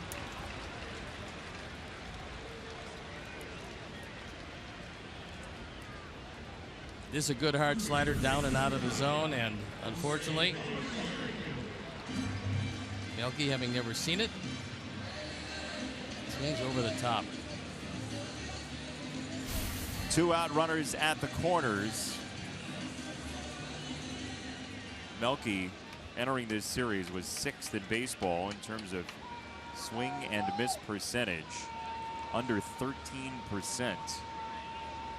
A lot of balls in play.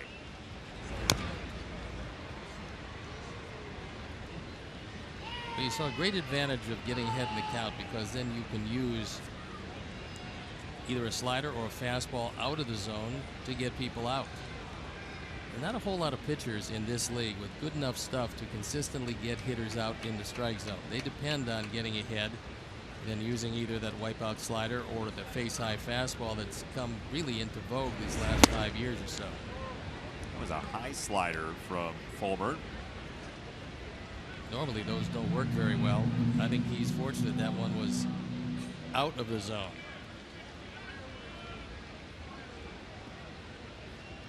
One and one to Abreu. Was reached twice tonight.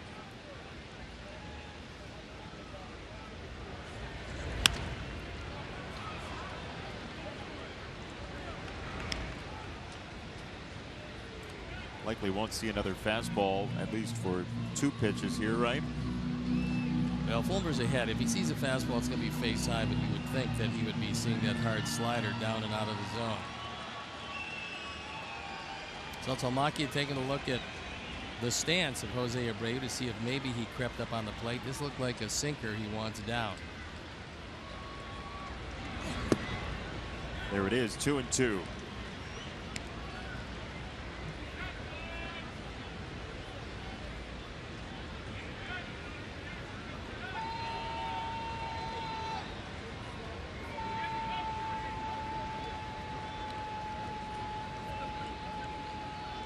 First and third, 2 out, 5th inning.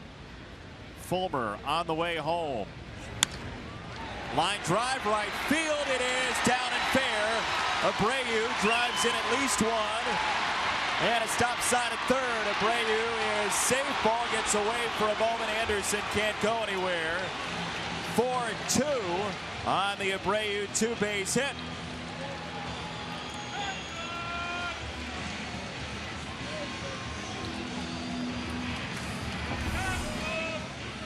He goes with a high fastball. And in the strike zone, Jose just brings in his hands an inside-out swing. There's an idea of perhaps Saltalamacchia maybe outthinking himself, because he was trying to set him up, it appeared, for a slider low and away. Instead, he went with a sinker, missed down, and then a fastball up. And it wasn't inside near enough as Jose continues his good night, the perfect night, with his 2nd run batted in. He's at second, Anderson at third, Morneau the batter, and ball 1. Justin Morneau ran a 3-2 count in the 3rd and grounded out to first after a disputed call on a strike in the middle of the at-bat. He was hit by a 2-strike pitch in the 1st.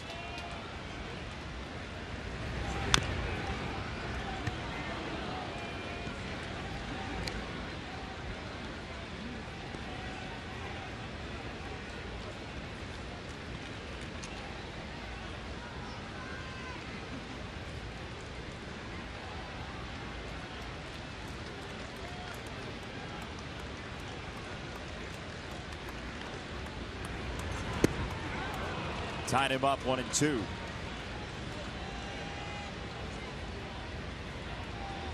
A 130 RBI guy, Justin Morneau, back in 2006, his MVP year.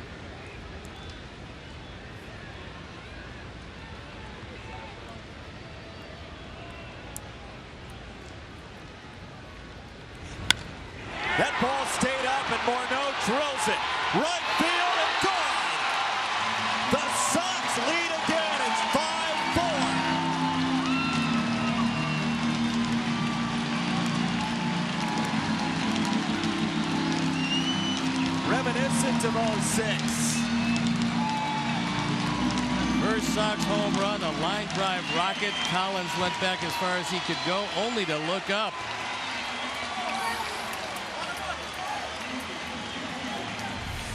A Ford home run replay. It's a high slider.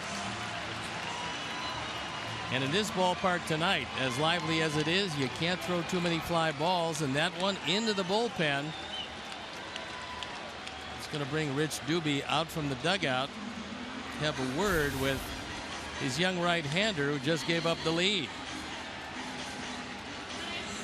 Well, look, the Sox so far this year are 6 games over 500 when they hit a home run. It's not to say that the power is the only factor, but it is a significant factor. When the power is on for this team, there's been some offensive success and team success. And with problems in the first, the third, and now the fifth, Homer has been touched up. Another generous donation from the Alex Nellius family in loving memory of Ursula with that home run from Morneau. Strike one to Frazier as the Sox are rapping on the door of knocking out the young Rookie of the Year candidate Fulmer.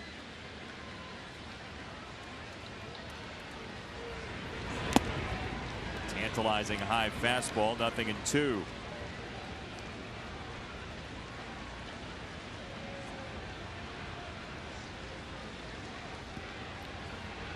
First time Michael Fulmer has given up more than 2 earned runs since May 15th.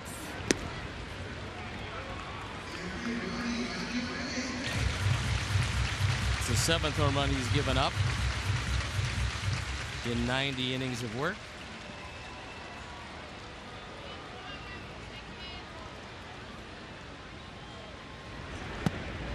Called strike 3. Over the inside corner, but Justin Morneau bashes his first Sox home run. We saw it in this park with Minnesota. Now he's on your side. 3-run shot. Sox lead 5-4 to the 6th we go.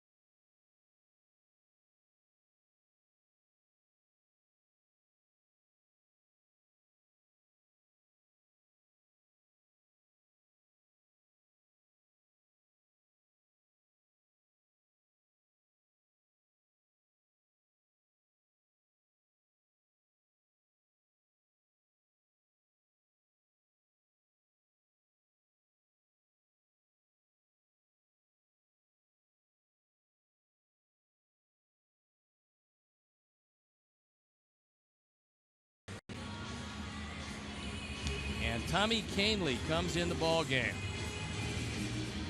He's on for the 8th time. His ERA 4.26, and he'll have to deal with the top of the order: Kinsler, Maben, and Cabrera. So Turner for 3 1/3, Albers for an inning, Jennings for 2/3, and now Tommy Kahnle.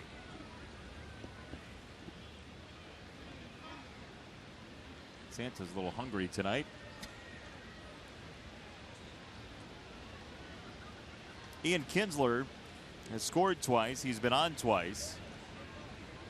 He's now 4 for 6 in the series with a homer and 3 runs scored.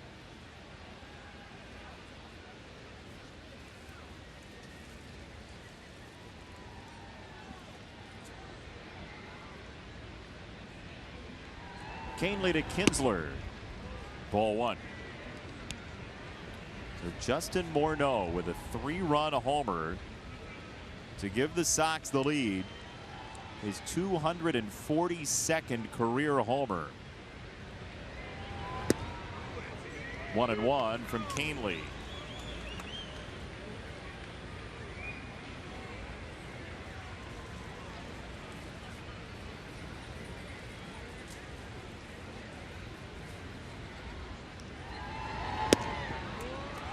Sink there. Ball and 2 strikes on Kinsler. The Sox have used 3 relievers so far this evening. 5 remaining. Duke, Robertson, Jones, Fulmer, and Inoa.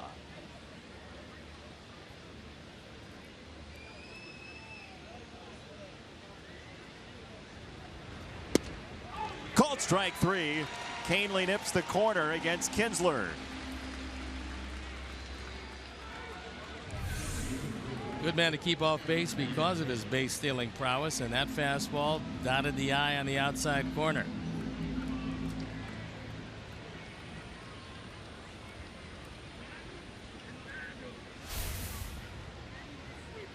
So strikeout number 7 for the Tigers tonight, and here is Maben. Detroit 50 up, 46 down, 7 back in the Central. There's a strike climbing to Maben. Brad Ausmus has his team in striking distance. Cleveland lost earlier today to Baltimore 5-1. So a chance for somebody in this game to pick up a game in the Central. Royals are leading 3-1 over Texas in the 7th inning. A lot of discussion pregame actually about Kauffman Stadium, and Robin Ventura was comparing, you were talking about it yesterday too, with the heat here, comparing the heat in this ballpark today to the heat that used to rise up from Kauffman Stadium's AstroTurf. Yeah, the heat off the artificial surface at any of those high humidity stadiums is just awful. Strike 3. Canely's punched out a pair here in the 6th. Last night, one of the most uncomfortable nights around. Tonight, I don't think quite as humid. Tommy Canely has come in and thrown pretty well in the 2 batters he's faced.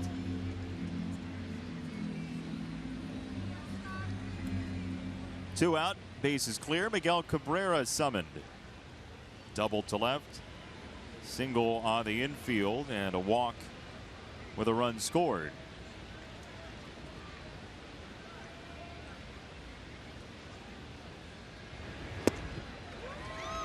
Time now for the greater coverage of baseball, brought to you by T-Mobile. Miguel Cabrera runs batted in. Active leaders. It's A-Rod, Albert Pujols, David Ortiz, Adrian Beltre, Carlos Beltran, and Miguel Cabrera. On the ground, Frazier has it just clear his reach. Cabrera en route to second base. His 3rd hit, his 2nd double.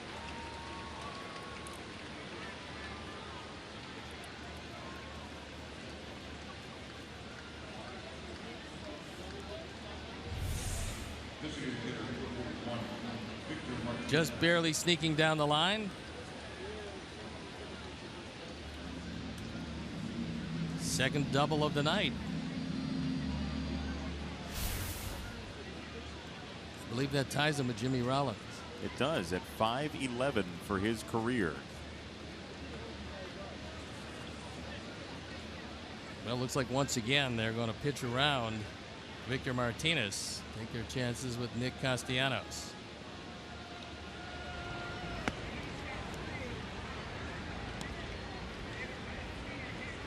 Carson Fulmer getting loose for the White Sox. Cabrera now with that 511th double, by the way, tied for 6th with Jimmy Rollins' career. Cabrera came in 7th.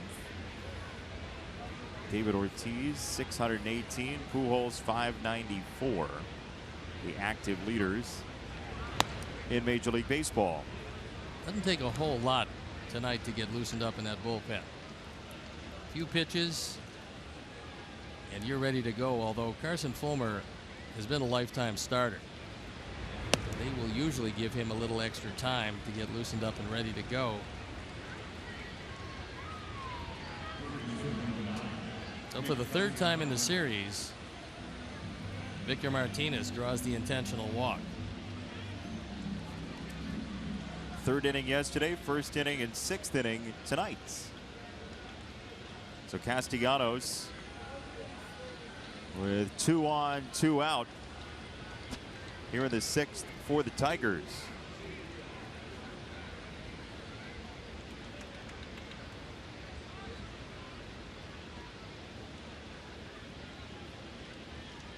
It will be Canely against Castellanos.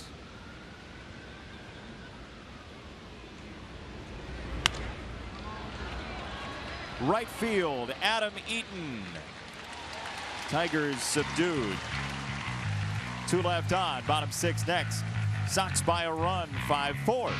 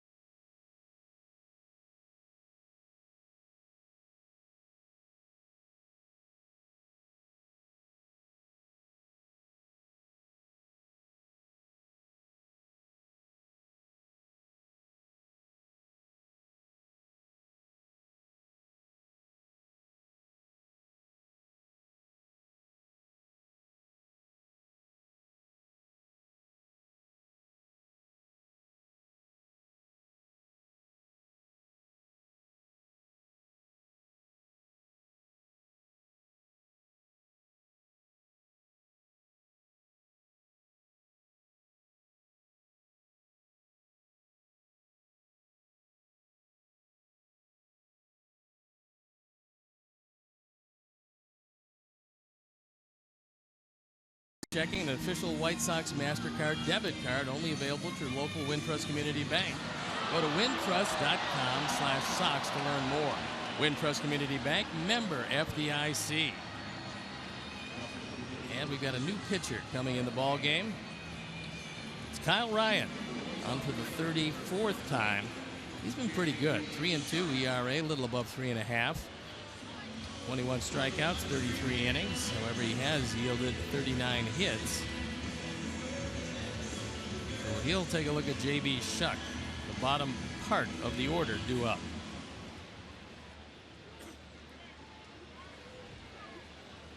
Left-hander out of Auburndale, Florida, in the center of the state.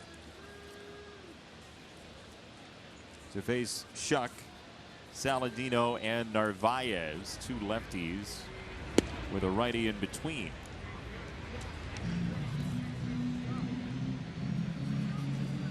So for Fulmer, 5 innings, 5 runs, 4 earned. He walked 2, struck out 4. Not the bang-up job that Tigers fans had been used to for the last 2 months. Credit the Sox with special focus on Justin Morneau for his 3-run homer. Well, he got a hold of a slider that was right above letter high and hit the daylights out of it, and that's what the Sox had in mind when they gave him the opportunity to make the ball club after rehabbing from his injury. He had elbow surgery, and for the Sox and their evaluators and the scouts that looked at him, it was kind of a no-lose situation. Didn't pay him very much, an incentive-laden contract, and if he came back anywhere close to what he was, he would be a big plus, looking for some left-handed power, and hopefully we'll see a whole lot more of it. Odd bounce for Kinsler. He handles it well, and 1 away. going to our timeout in the top of the 6th inning, Adam Eaton made a catch on a ball in right field and then very reluctantly goes over to this young man who's wearing a Tigers baseball shirt, but when he's the only kid around, you do it for the kids. Or do you not agree? No, absolutely. You want to make baseball fans. Do they want to be Sox fans? Certainly, but the game perpetuates itself by involving young people in it. That's a great thing for Adam to do. It's nice to see young people come to the ballpark. Just come to the park. What Adam needs to do is carry around a Sox t-shirt in his back pocket as well for that situation that arises. Give him the ball, give him the t-shirt. And a hat. Well, maybe a jacket. You want him to carry a satchel in right field with stuff? Strike called inside corner to Saladino. Well, Kyle Ryan made his major league debut against our Sox back on August 30th of 2014. 12th round draft pick of these Tigers. And in the 12th round, if you catch somebody getting to the major leagues, you've done a good job of it. Right at Cabrera off the bounce. 2 down. Hey, White Sox fans, join us as the Sox take on the Baltimore Orioles Saturday, August 6th at 6:10 p.m. First 20,000 fans receive a White Sox retro batting practice pullover presented by Coca-Cola. Steve can't wait to show it to you. Purchase tickets, visit whitesox.com. That is a nice looking piece of paraphernalia. I have to tell you something. Out of all these jerseys that we have up here, this is one of the better looking ones. So make sure you get here, you get one of these. I think this one would certainly fit Jason. Extra small. What is it? What is it? Oh, it's a medium. Yeah, I really believe that this is, has you written all over it. I'd like to see you wear it tonight with a couple of sweatshirts and whatever, because it's not that warm up right here. Now. Yeah, good idea. Thank you. This is actually really good looking. It's great.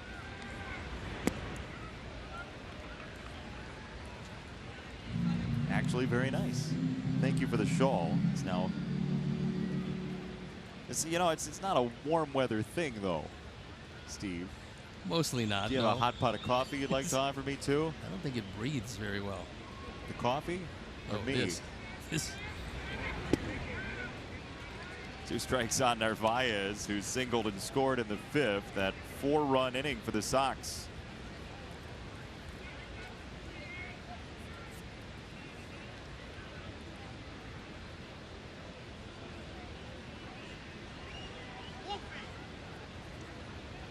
One and 2.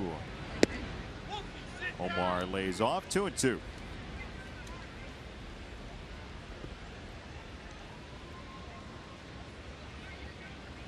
Visit to the rosin bag for Ryan.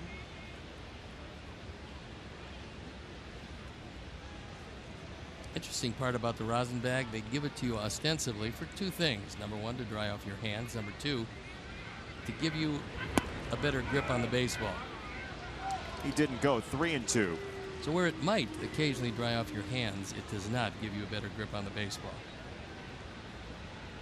For those of you who are thinking about buying a rosin bag and giving it to a loved one,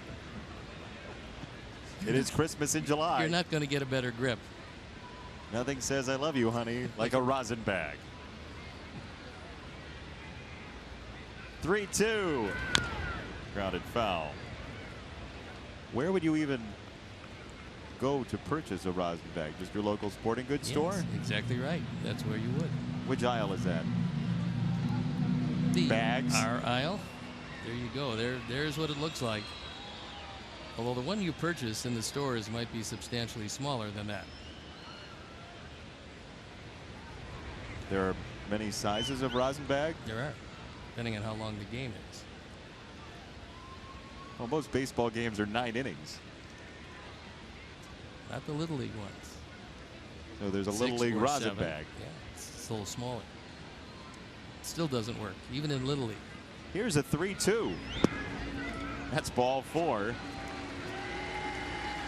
2 out, 1 on. Omar's coming to first. The pen is up and going. It's Alex Wilson. One of 2 Wilsons. The other one of the left-handed variety. Carney Wilson. Close, Justin Wilson. Here's Eaton. 2 out, 1 on. Adam has walked most recently. Ground out strikeout as well.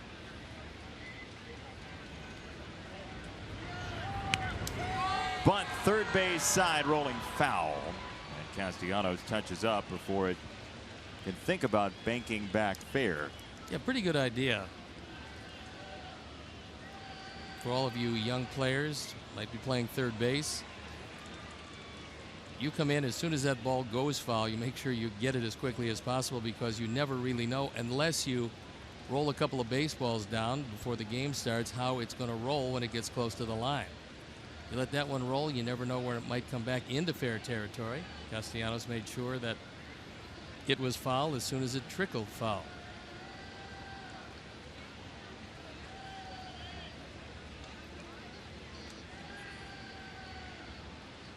Strike one pitch coming to Eaton. Bloop to right. Long run. Collins gets there. 7th inning coming your way next. Sox by a run tonight.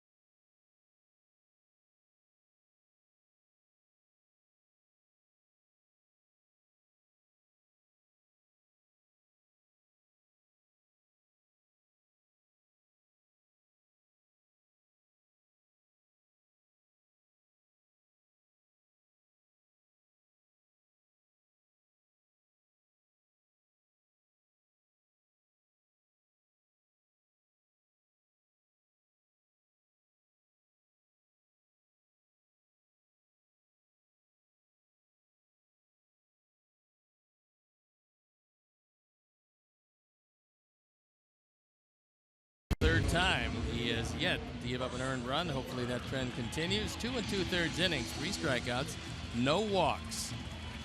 Not only does he have pretty good stuff, but he has a lot of deception in his delivery.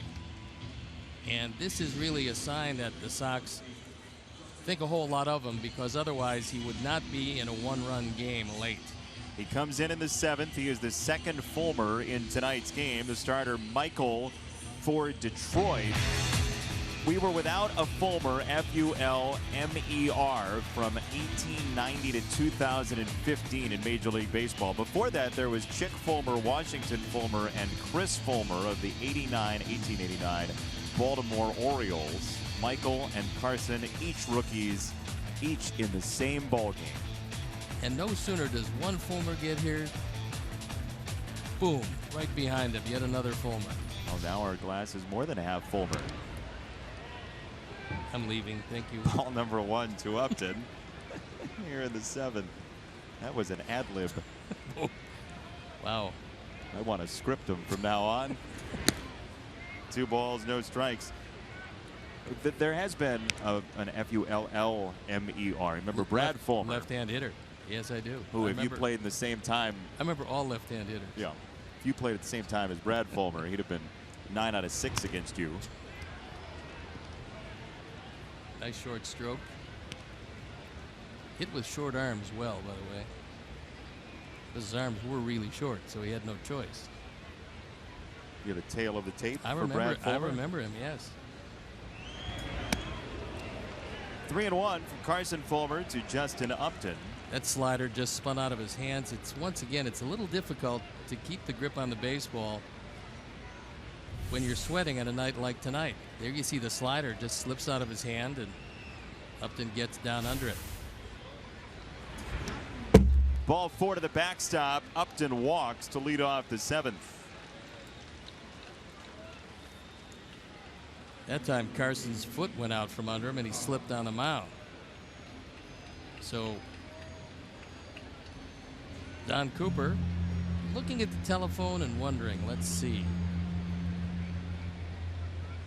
Robin looking over his lineup card. The bullpen is up and going.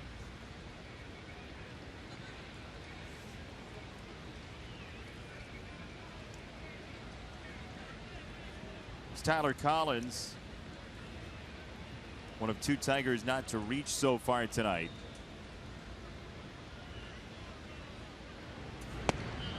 Sox lead by a run on the Justin Morneau 3-run homer in the 5th.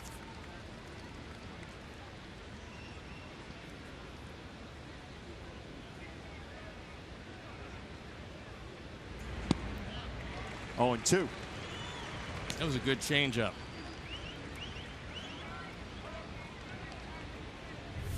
Key to the changeup is the same release point, same delivery, same arm velocity, and then the ball just doesn't get there.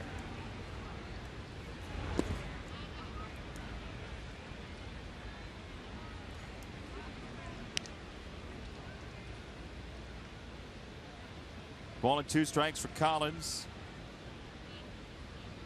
He's just 5 out of 34 for the year in a short stint in the majors.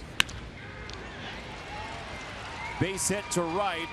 Upton had to freeze. 2 on, nobody out in the 7th inning for Detroit. You got to credit Justin Upton with some pretty good base running. Only in that the ball is hit so hard he knows he can't make it to third. So rather than continue to run, he freezes and makes sure the ball gets through. Because you get doubled up, you get taken out of the inning. So on a fastball down the middle, Collins hits it to right field, and Justin Upton takes a couple of steps, freezes, and then trots into second base. Now, with runners at first and second, do you bunt Saltalamacchia? He doesn't have a sacrifice this year, but Brad Ausmus knows him a whole lot better than we do. If he believes he can get down a bunt, it would be a pretty decent time to do it. Because the guy that comes up behind him is a terrific bunter. And we've seen in our series against the Tigers this year, Iglesias bunt home a run. Well, in his career, 10 seasons in the majors, Saltalamacchia has a career 4 sacrifices. And by how he took the first pitch, he won't get his 5th. In at the knees, ball and a strike.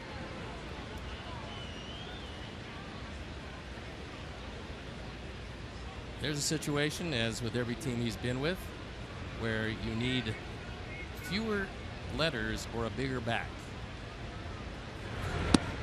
He takes outside, 2-1. Salty does have some power. It all comes from the left side. 8 of his 9 home runs have come left-handed. And surprisingly, despite having very little speed, he has yet to ground into a double play.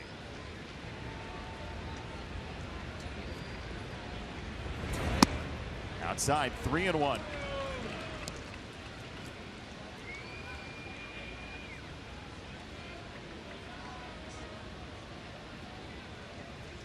Don Cooper on the phone, wanting to see if the bullpen is ready. It's Zach Duke. There's a fastball at 94, 3-2 on Saltalamacchia. Here's a look at Zach, who's had a pretty good run out of the pen.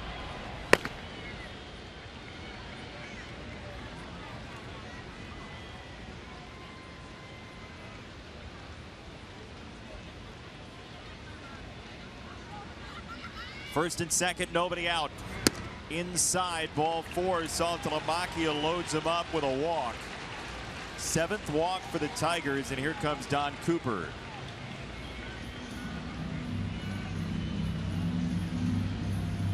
Everybody in the infield on the mound.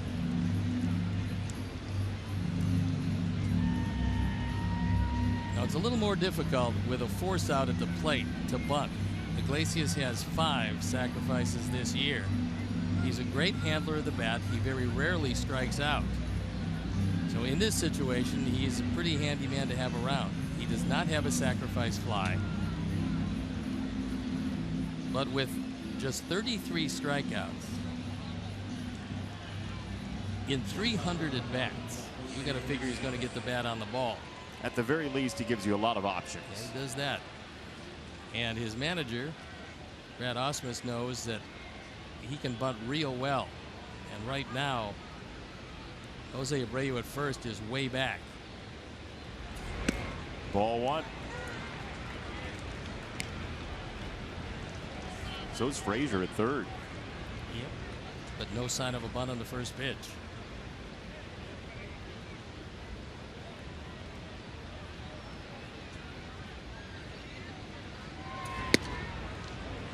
Two and 0 from Fulmer to Iglesias.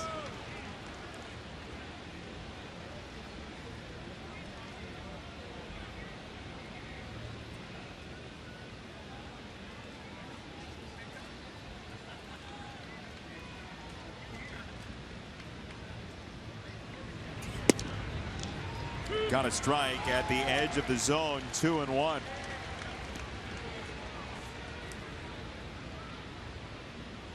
That violent delivery as Fulmer works up a lather. 2-1. Popped foul, went fastball at 92.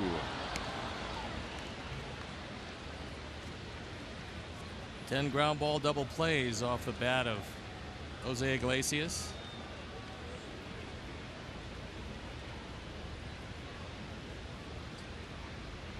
Upton, Collins, Saltalamacchia on. Bases loaded. 2-2.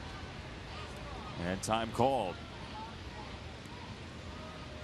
If Narvaez is going to call that slider, he's got to be prepared to smother anything down.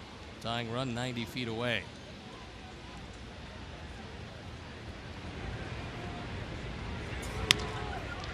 Ground ball. Anderson flips to third and gets the out there.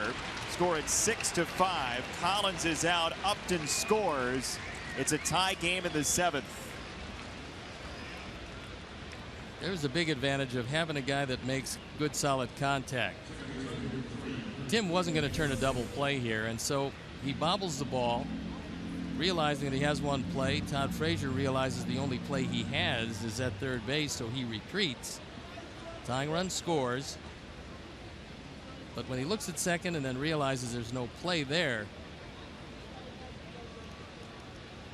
the tag at third base, and he cuts down Collins.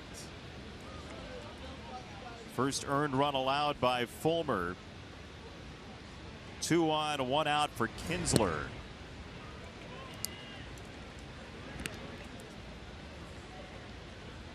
Ian Kinsler here knows he's got a young pitcher struggling with his control who's just missed with a slider. He's looking only one thing, and that's fastball.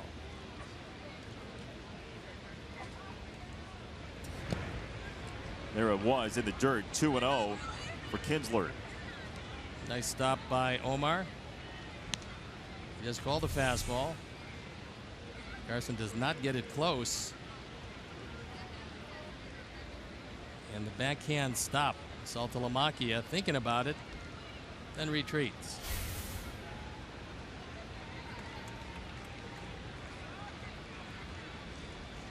Four hits in 2 days for Kinsler. He's up 2-0.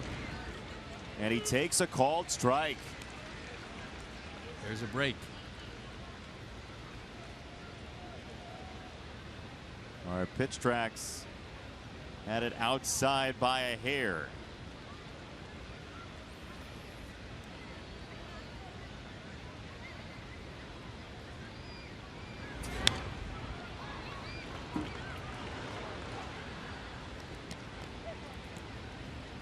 Well, we heard it when Carson Fulmer was drafted by the Sox, that he is an absolute competitor, that bulldog type on the mound, and certainly fearless with that fastball to Kinsler, who fouled it off. They put it in a great spot. Kinsler, a dead fastball hitter, always has been. Still, you put it in a good spot, good things happen. And that was not a good spot. And I'm not sure how Kinsler got out of the way, because when the ball is behind you, and that's his second one to fly out of his hands. When the ball's behind you, you have a hard time getting out of the way. That was supposed to be a slider again, and Kinsler, again, I'm not sure how he got out of the way, but he did. He was able to actually duck under it as the runners move up 90 feet. Saltalamacchia to third. Iglesias to second.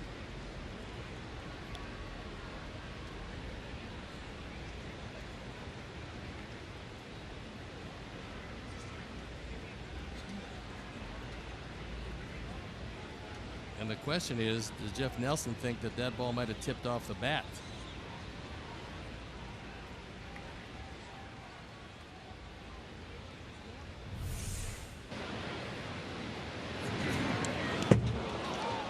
Didn't look like it redirected, did it?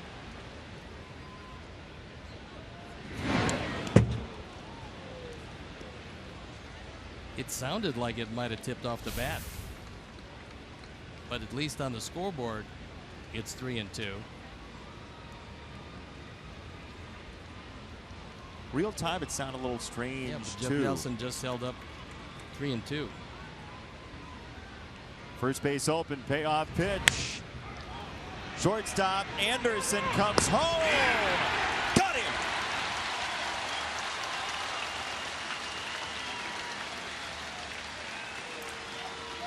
Nice play by Tim Anderson. He made the off-balance throw, and realizing that you've got Saltalamacchia trying to score.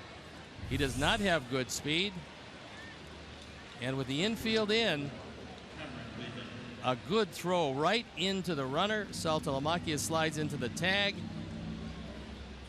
Tough to make that off-balance throw unless you got a very strong arm. Anderson has one of those, and it cuts down the go-ahead run. It's another gymnastic play by Anderson at shortstop. First and second, 2 out.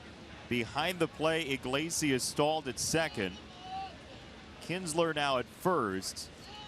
He may have swung at ball 4 there, by the way. And Maben the batter.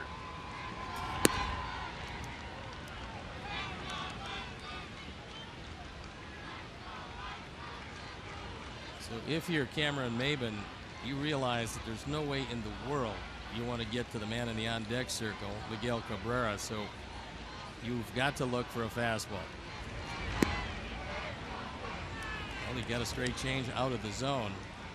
Meanwhile, it's 2-0 as Zach Duke has been joined by Nate Jones, which sends Narvaez out to the mound to talk with Fulmer, who's fighting with his control. Those are 2 of the 4 remaining relievers for the Sox in the bullpen right now. Robertson and Inoa have not been used either. Meanwhile, Detroit has deployed only Kyle Ryan. And so the bullpen strength currently is, at least volume-wise, to the Tigers tonight.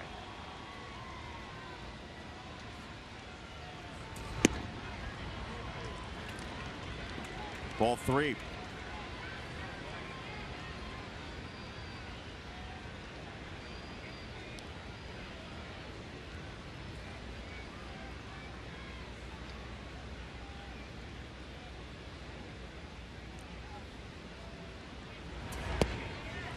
He walked him. All in the same spot or thereabouts. Bases loaded for Cabrera.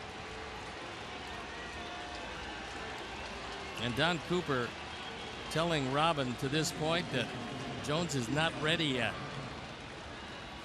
That's why Frazier's out to the mound. He's going to stay out there as long as he possibly can.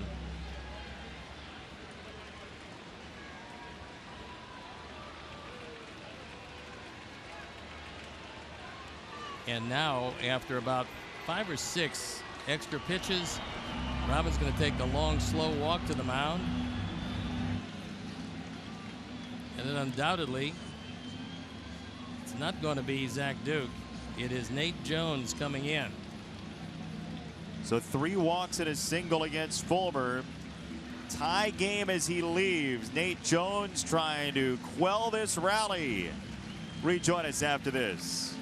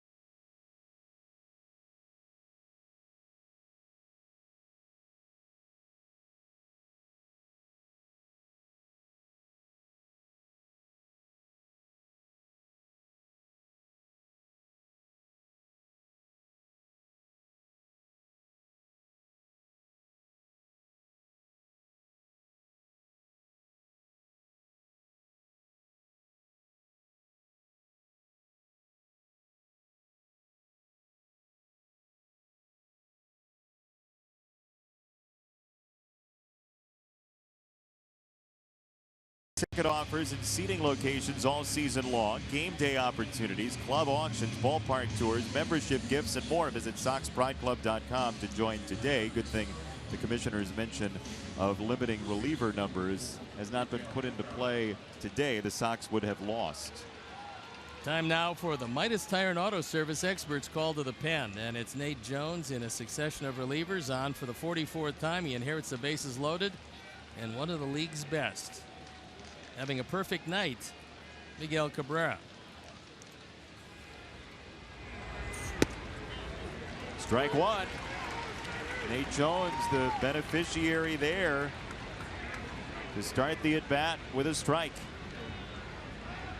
Cabrera 2 for 12 against Jones over the course of his career, so he hasn't done a whole lot with him. 0-2. All right, now where on 2 strikes?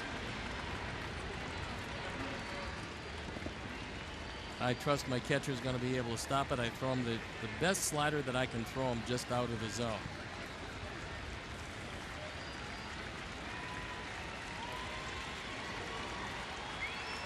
Bases loaded, 0-2. And Jones steps off. It looked like that's where Narvaez wanted it, but Nate was hesitating. And the pitcher has the deciding vote, so we'll see what he comes up with. A lot of signs. Yeah, Narvaez is running out of fingers, so he goes out to the mound, and what do you want, Nate?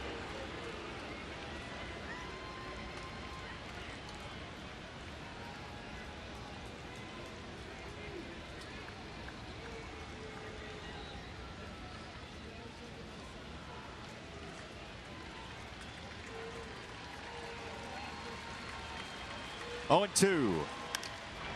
He went upstairs and it flashes foul. Stayed out of the zone and Cabrera able to fight it off. See where Menard's pitch tracks will show you. He told Narvaez that he wanted to throw a high fastball. Didn't get it up quite high enough. Jones and Cabrera, 0-2. Buried slider, 1-2. Nice stop by Omar.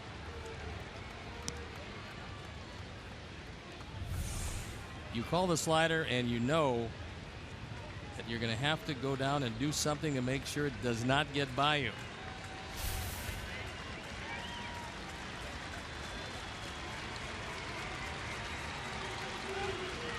Ball and 2 strikes. Cabrera lays off.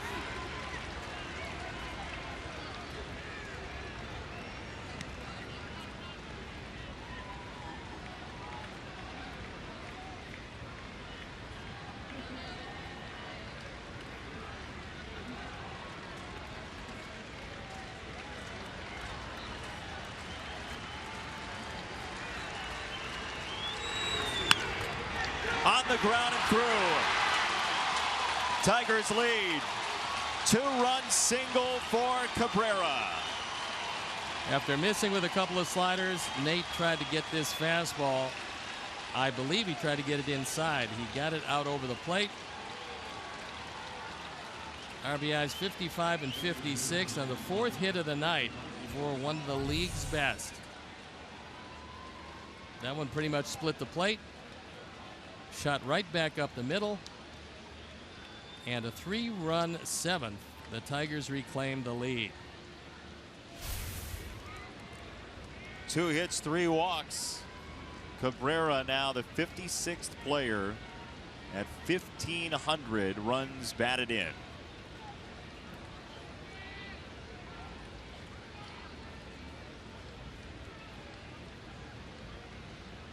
The 11-time All-Star gives the Tigers the lead back. Here's Victor Martinez.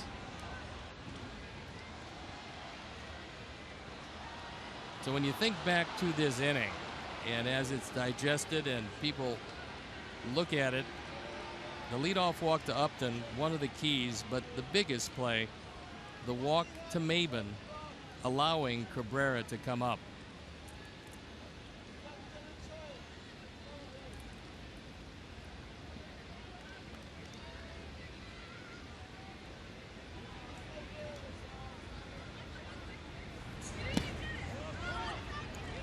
No go, 1-1 on Martinez, who's only got 1 official at bat tonight with a ground ball to second. Sac fly, 2 walks, both intentional.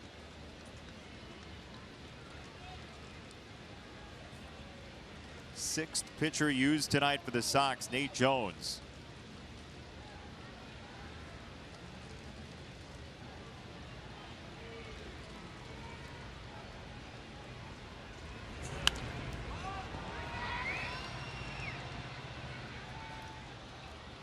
Been some rather interesting games between the Tigers and Sox this year. Sox came storming back last month from 5 down to win 10-9.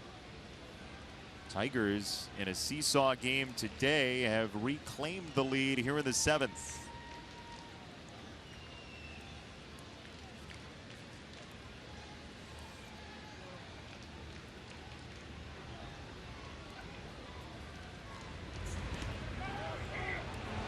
He didn't go. Ball gets away. Had he gone, the bases would likely be loaded. Maybe. Well, it looked to me like Victor was doing some of his own umpiring there, because he never started to go, even though it was very close on the swing. This is what Corey Blazer saw. Thought he checked it up, and the ball does get away, so it is a wild pitch. Runners move up.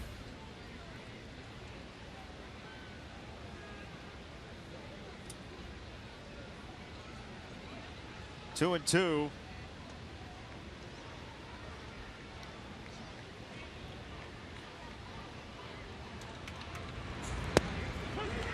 Slider for strike 3, but the Tigers grab the lead back. A 3-run inning, stretch time, 7-5 Detroit.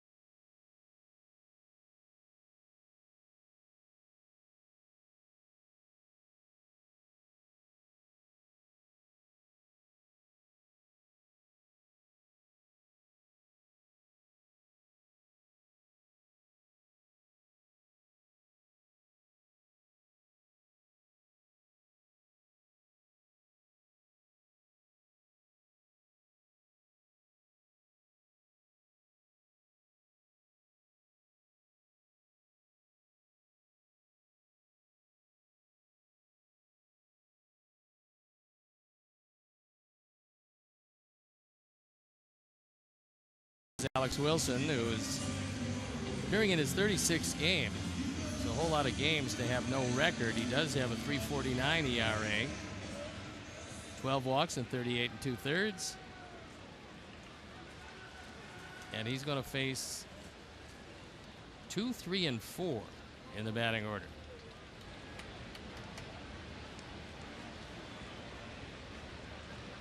The Saudi-born right-hander has a strike.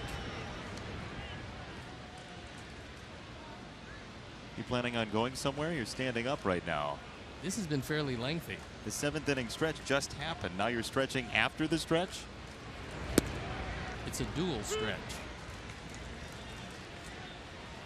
2 strikes on Anderson.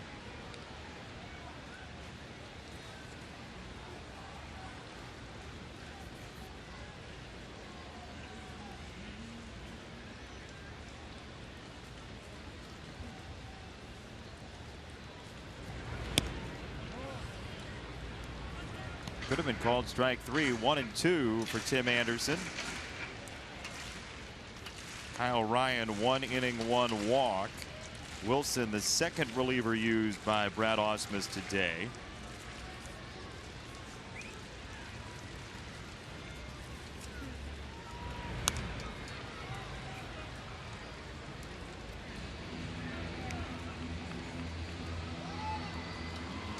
This Tiger team, if they're going to get it done this year, it's going to be because of offense.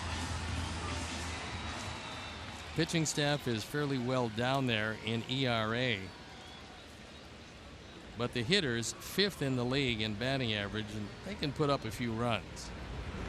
They're 22nd in baseball in ERA, at least before tonight, at 4.46. They don't strike out very many. 22nd in that category as well.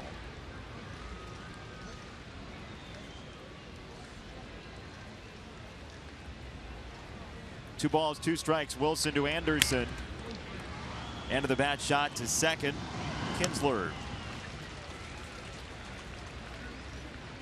Family Sundays presented by Coca-Cola. U.S. Cellular Field. Feature tickets as low as $5 in the upper level, $15 in the lower level, and special kid-focused activities throughout the ballpark. Plus, parking's available for only $10. Visit whitesox.com/Sundays to purchase your tickets today.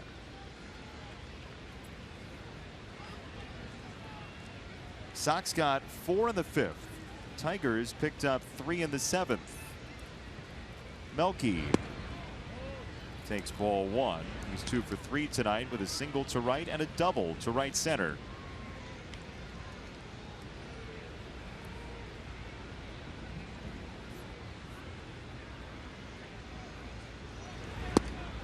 For you right now, who's the most dangerous team in the American League? Currently standing. Well, you don't score much against the Cleveland Indians, and unfortunately they're in the same division. They would be worrisome. Texas has had some problems. They have to make a deal, I think, to stay consistently ahead of Houston. Houston, to me, is one of those teams that gives you that dangerous feeling because of their offense. However, the pitching's still not quite as together as they would like. And overall, the best team is Boston. I don't know the result of Mookie Betts, who left the game with a bad knee, but looking at that lineup and knowing that Dave Dombrowski probably going to make another substantial trade before the deadline, they're loaded. Well, on that American League West right now, the Rangers lost today 3-1 to Kansas City. The Astros are leading in the 9th at home against the Angels 2-0. So that would be a 2.5 game spread if those scores stood, which the Rangers one certainly will. It has gone final. Maben, 2 down. I think the boys in Texas realize that to hold off Houston, who will get better as this season moves along, because that pitching staff was in disarray early. They had some injuries to it. Keuchel wasn't the same. And now with McCullers coming back, Dallas Keuchel starting to figure it out, and the rest of that offense and the team speed they have, that team will cause you a problem. Texas has to make a deal, and that deal has to involve a top of the rotation starter. I think Boston feels the same way. Boston looking at Baltimore, knowing that Baltimore is a very good team, but I think they also have an eye on Toronto, because Toronto can hit with anybody in the league, and they are getting better and better, although they did lose to Seattle 2-1 in Toronto tonight.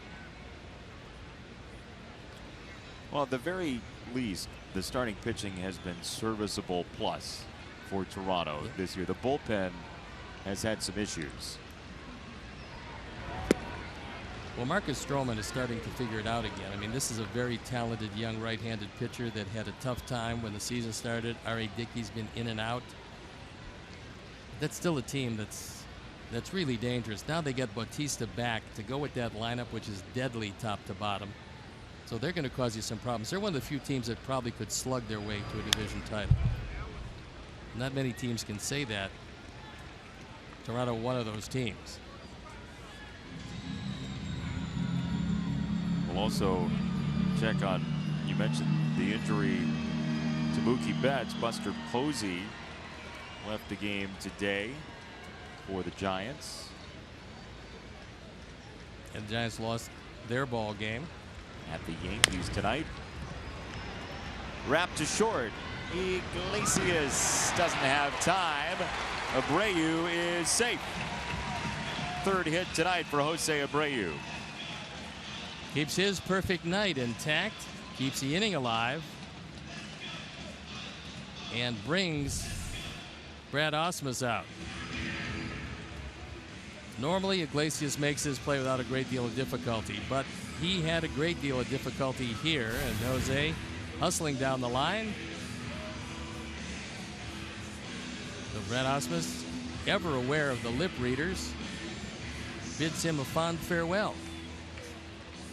Well, those 5 seconds in between him calling for the bullpen and saying whatever he said to Wilson, now we know, but right. Competitive advantage with those 5 seconds. Wilson coming in for Wilson.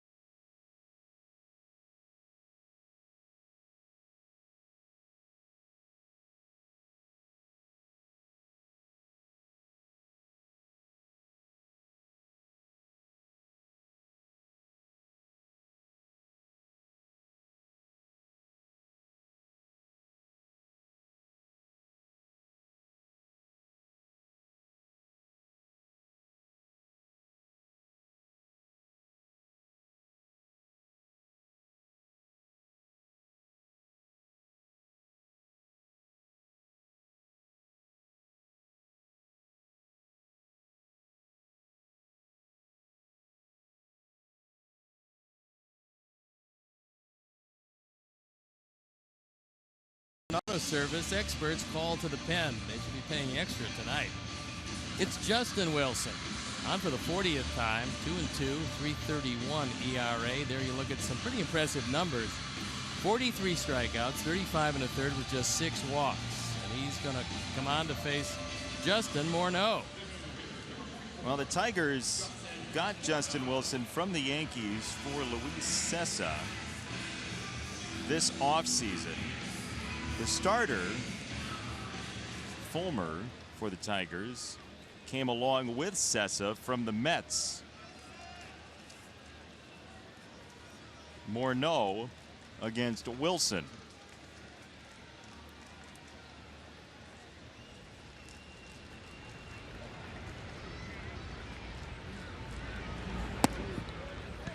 Just like we promised you earlier in the game, it's Miller Time, brought to you by Miller Lite. And here's our Miller moment, and it's a big moment. Justin Morneau in the 5th inning hit a 3-run homer. He got a high slider, rode it out of the ballpark, into the bullpen, gave the Sox a 5-4 lead. First home run in a White Sox uniform, and hopefully the first of many. 1-1.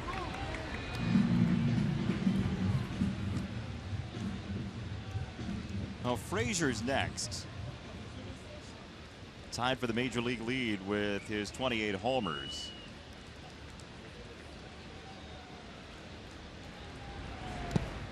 This is the first left-hander Justin Morneau has faced as a White Sox player.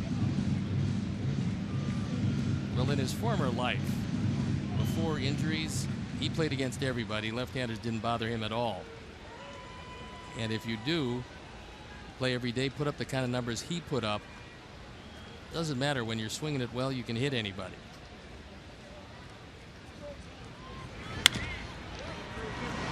Kinsler driven back. Inning over.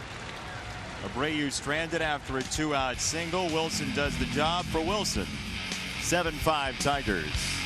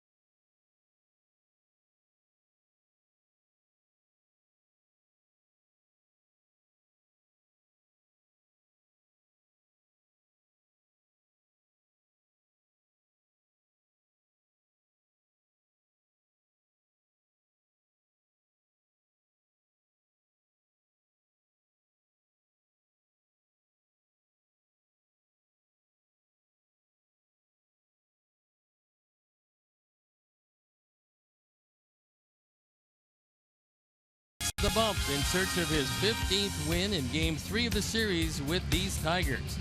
Join us at 6 for the first pitch on CSN Chicago. He better go for a while tomorrow because the bullpen is going to be plumb tuckered out.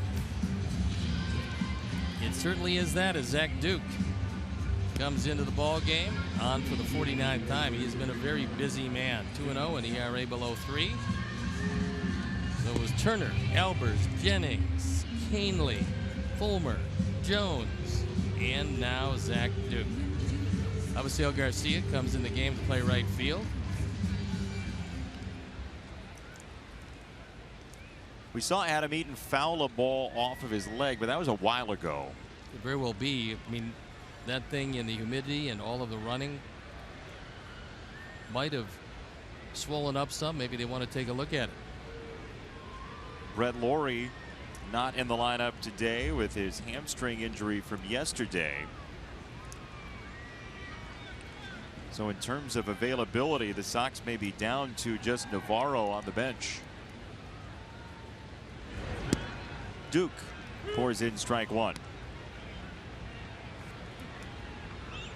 Rick Renteria talking with Robin,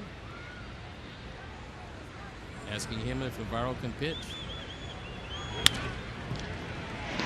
Tim Anderson tracks it down. There's the arm again. Save! Oh, very close. Well, from his knees, he was able to make a spectacular throw, but just not in time.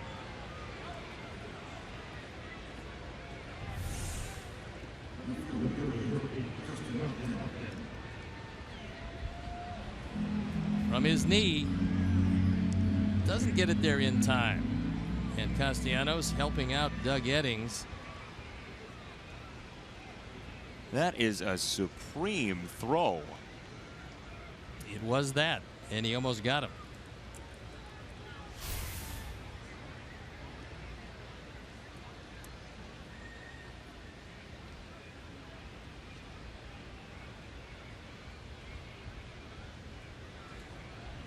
Upton walked and scored last time. Saladino, Anderson. Double play for 6-3.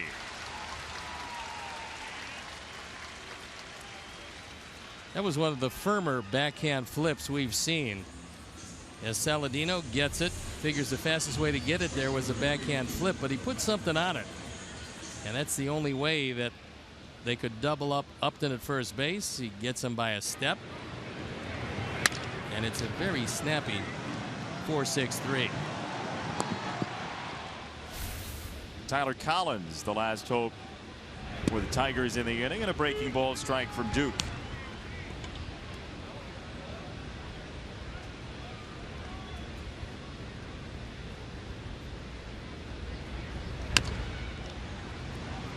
Middle infield has been rather busy.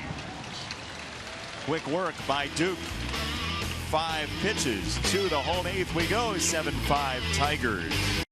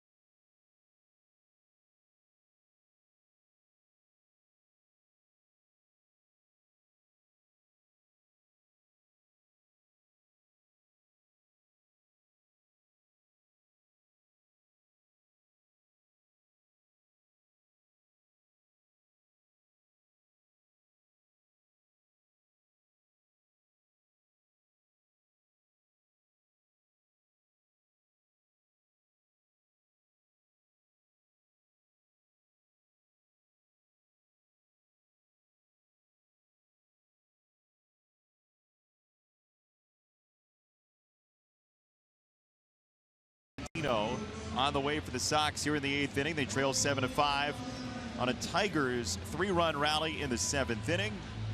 Miguel Cabrera, a 2-run single with 2 out against Nate Jones to give the Tigers their current 2-run lead. Sox trying to avoid loss number 50 for the year. The Tigers looking for win number 51. Frazier works the baton as he stands in. Got to loosen up the wrists. Don't figure Todd Frazier was ever a drum major in Tom's River. He was the one in the parade, not leading the parade.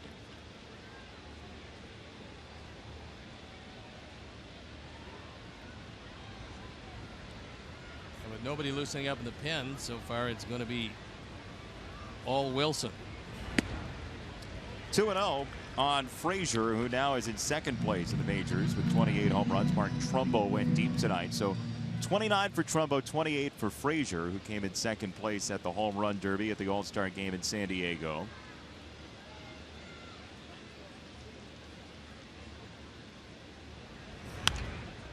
Two and one. Won it last year, second place this year. He says he wants to get Stanton next year at his home park. Todd's not short on confidence. No, I'm not sure. Well, hopefully he can earn his way there next year, but he won't be the defending champ. 2-2 to Frazier. When you think about that life, though, at 12 years old, he is the talk of America. He was the star on that Toms River Little League World Series championship team.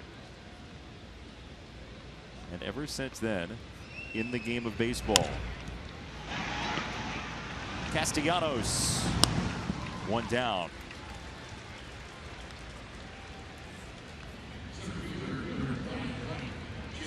For Nick Castellanos, that really was the big question with him.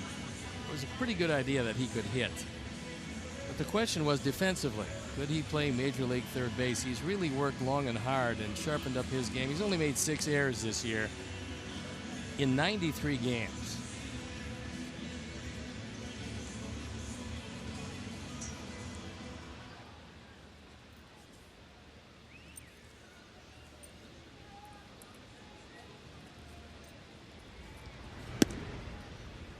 Called a strike to Shuck, who is 0 for 3 with a ground ball to first, a ground ball to the mound, and a ground ball to second.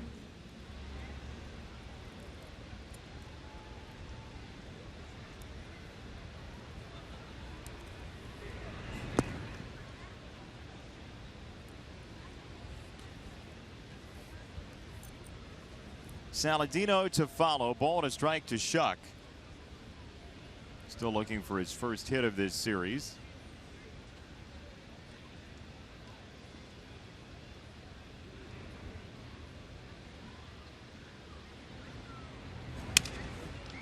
On the ground is second, Ian Kinsler for out number 2. Well, we told you about Todd Frazier as a Little League World Series hero for Toms River East back in 1998. Here's little Todd at the plate. Some muscle for you, deep to left field and gone. In lovely Williamsport, he hit 600. And by the way, he pitched the final 2 innings and had the final strikeout to win. No shortage of energy for little Todd Frazier. And he ended up getting a Terry Cashman song for that team. He was part of that song. You know, Willie Mickey and the Duke. Terry Cashman made a song for Toms River East. By the way, there is a Tigers connection in that 98 Little League World Series. A guy that never made the majors for the Tigers, but a first baseman that came up through the system named Jordan Leonardton was also in that Little League World Series with the British Columbia team. How'd he do? They didn't win. We're pretty sure about that. How about that, though? Todd Frazier at 12. The hero. The hitting and pitching star of his team. He said they couldn't intentionally walk him fast enough at points in his Little League career. 0-2 on Saladino.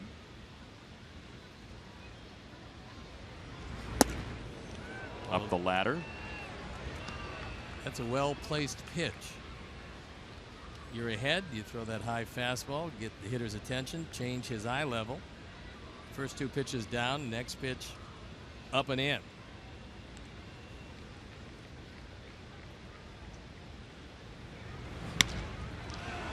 Up the middle, Kinsler can't get there. Saladino has a hit to continue the inning. That's what most hitters love to do when they get a high, tight fastball. You'd love to go right back up the middle, and this one found a spot to land safely. Right back up the middle. Wilson can't get the glove up in time. And so we're going to see a pinch hitter. It's Deanna Navarro. Narvaez, the left-hander, called back. Navarro will hit and catch the 9th. Narvaez had a good night. He was 1 for 2, a run and a walk, but with the left-hander pitching. Robin Ventura goes with the switch hitter Navarro.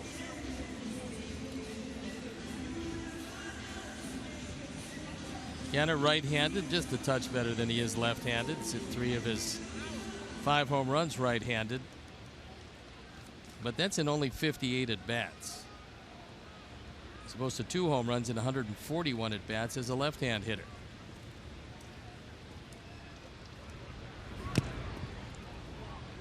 Swinging away for strike one.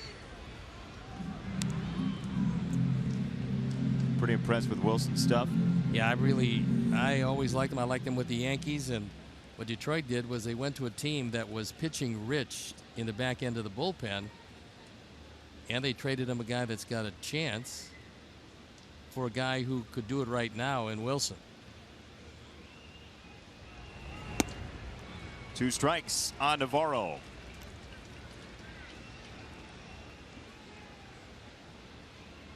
"7-5 Tigers, tying run at the plate for the Sox here in the 8th.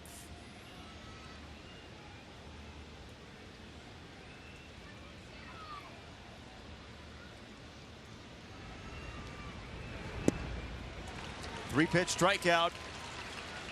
That completes the 8th inning. To the 9th we go. 7-5 Detroit, holding on to the lead.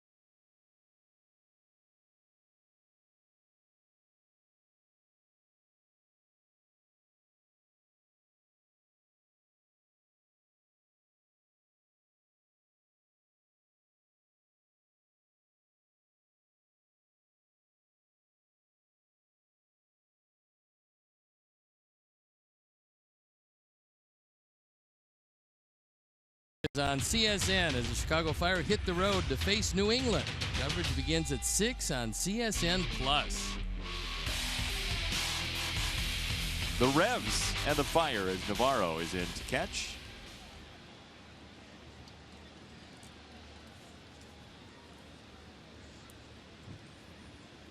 Duke threw 5 pitches in the 8th inning, so he will deliver in the 9th.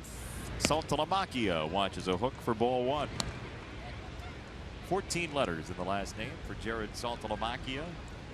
And a lot of pitches caught on a very steamy night. What do you think about more breathable catcher's gear, Steve Stone? I'm all for it. You are? Anything breathable, I'm all for it. Actually, the catcher's gear breathes nicely, especially with no back. Well, let's get you some for tomorrow. You can put it on during the game. Well, I did start as a catcher. Didn't like it much then. It would be a little more difficult now. How long did you catch for? From ages 6 through 10 and a half. Do we have any video of that? As a public service, no, we don't. A wild pitch. Ball's hammered foul left side. 3-2 on Saltalamacchia.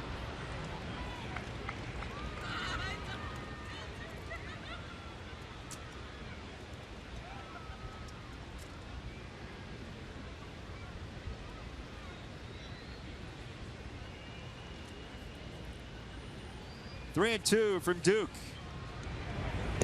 He gets strike 3.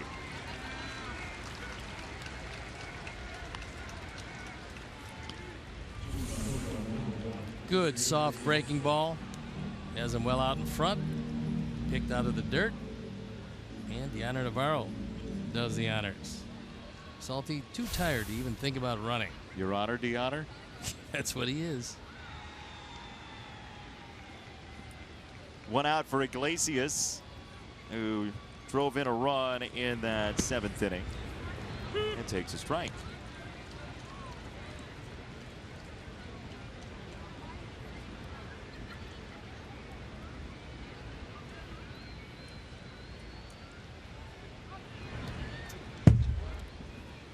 Ball gets away. Iglesias flashed a bunt. He was thinking about bunting, and then Navarro, who was thinking about getting up, tripped and almost fell over backwards. Well, as a pitcher, you always would like to have a catcher who would bend over backwards for you.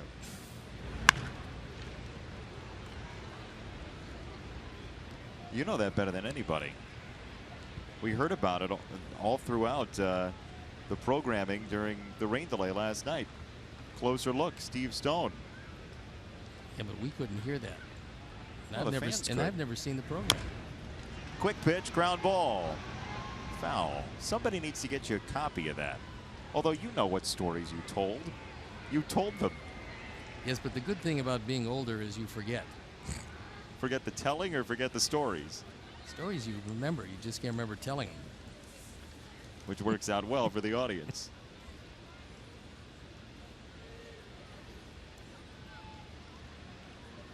You know it's Selfie Sunday coming up? I do know that. You gonna take a selfie? Nope. Ooh, that one almost in the dugout. Hit right off the fence. That was fortunate. James Shields says hit the ball between the lines.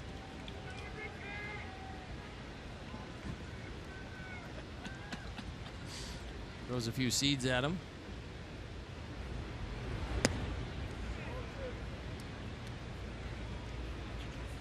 Two and two on Iglesias. Sox in the home ninth will have Garcia, Anderson, and Cabrera coming up. That's a fair ball down the line. Corked to left by Iglesias for a one-out double.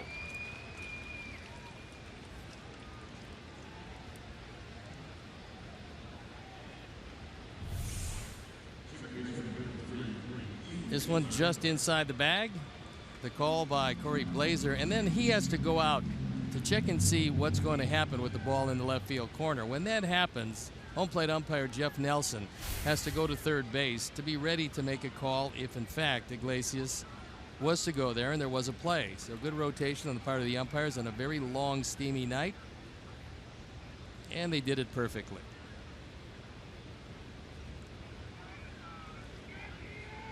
With that one-out double, here is Kinsler, who's scored 3 times tonight. 3 of the 7 for the Tigers.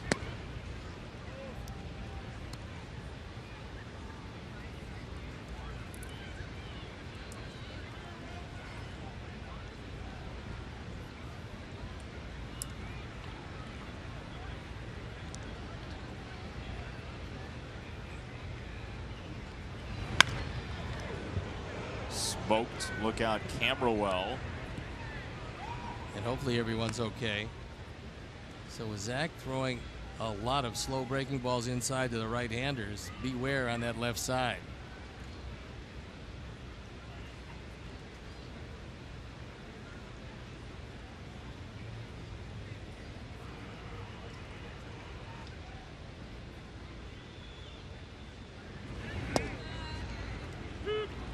One and two for Kinsler, who, as we said yesterday, is having just an outstanding year for a leadoff man. The 20 home runs jump off the page as James Shields has given up on the hat after the ball nearly visited the dugout. Strike 3 on Kinsler, 2 away.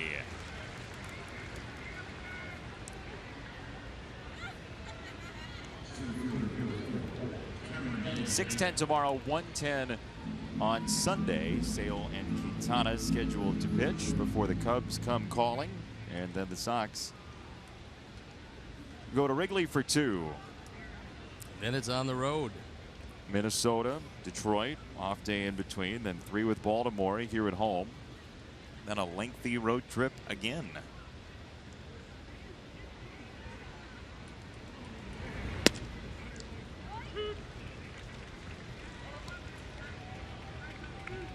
It's the longest road trip you've ever been on.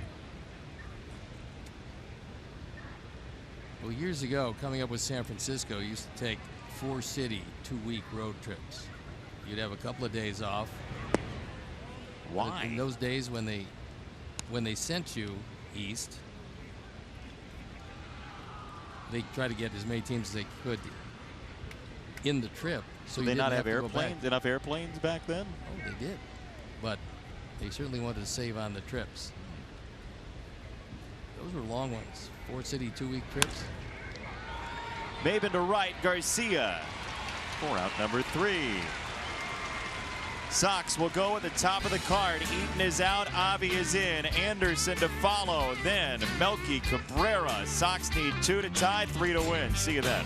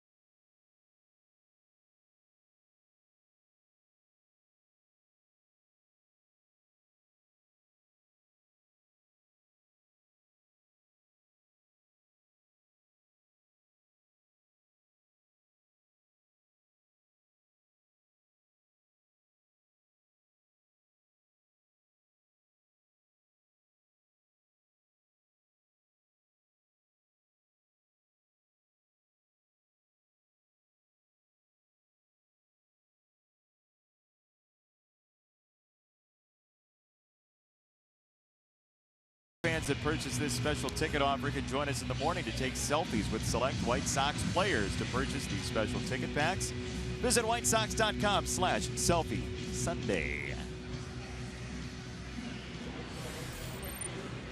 A new pitcher coming in the ball game. It's Frankie Rodriguez. 26 for 28. Gone are the days where he has that big fastball. He's always had a good curve. His ERA at 2.88. Pretty good control. Opponent's hitting 210, which is really terrific. He's only allowed 4 home runs. And Avi is going to lead it off in the place that was occupied by Adam Eaton. You may recall that the Sox got to Francisco Rodriguez back on June the 13th. Brett Lawrie, Avi Garcia each singled in runs in the 9th inning to push it to extras. The Sox won by the count of 10-9 with a run in the 12th. They're down 2 here, and Avi Garcia, who tied the game that night, takes strike 1 in his first at bat this evening.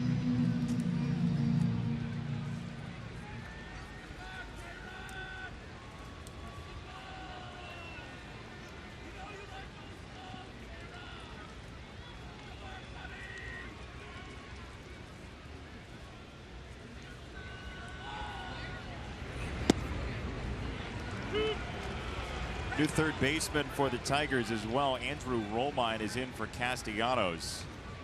A defensive shift for the Tigers. 2 strikes on Garcia from Rodriguez.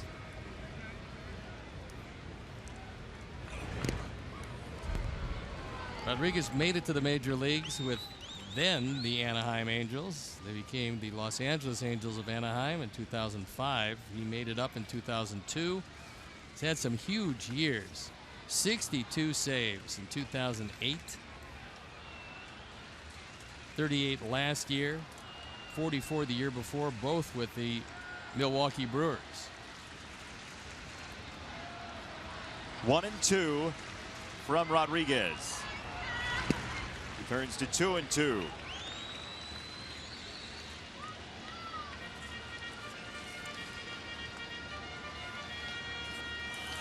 Still 87 degrees. A scorcher tonight. Brad Ausmus trying to weather it.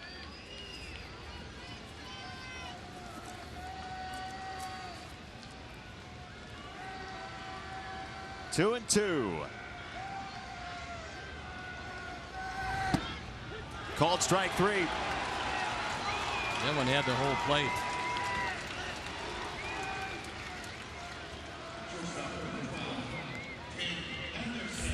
Time now for our PNC Bank upcoming schedule. It's two more with these Tigers and then the Cubs on a home and home. Monday and Tuesday here at US Cellular, and then Wednesday and Thursday moving across town to Wrigley Field.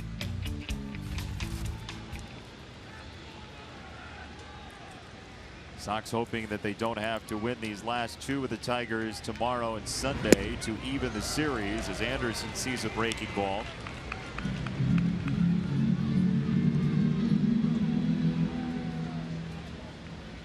Tim scored twice. He's reached on an error. Everything a ground ball so far this evening. Also made some wonderful plays at shortstop.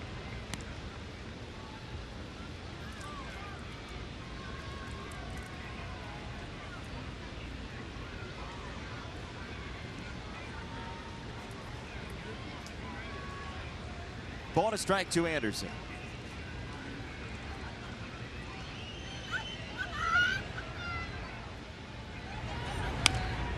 Fouled away.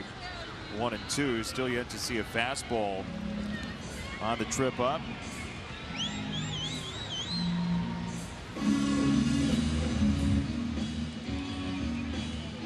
Sox led in this game 5-4 after 6. Justin Morneau, a 3-run homer off of Michael Fulmer, the Tigers starter. Tigers came back with 3 in the 7th. Tipped foul.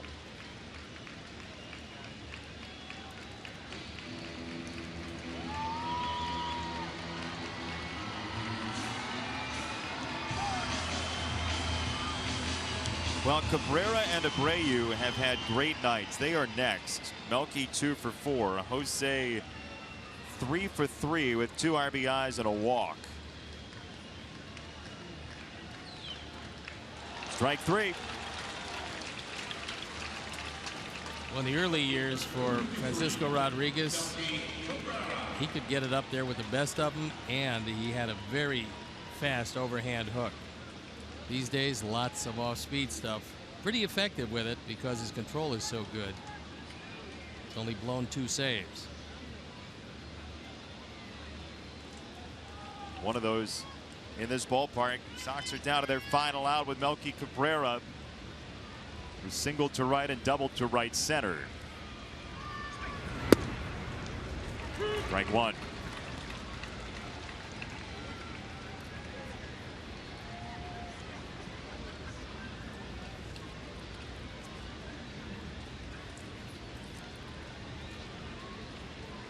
Twelve combined pitchers tonight.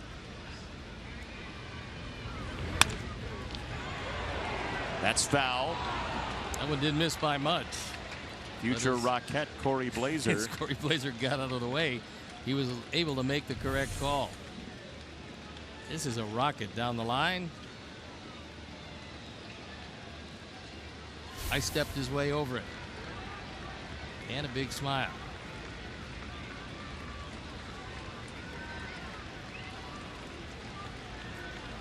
Oh, 2 on Melky.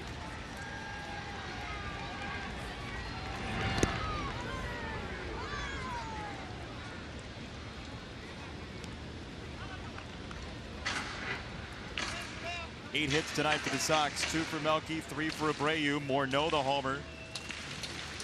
Saladino and Narvaez with singles as well.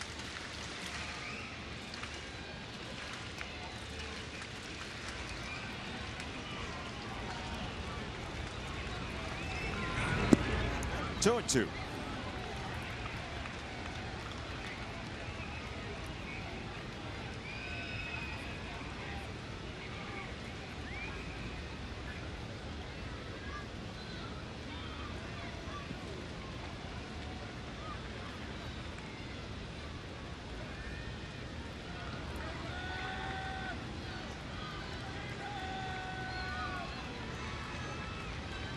Rodriguez to Cabrera.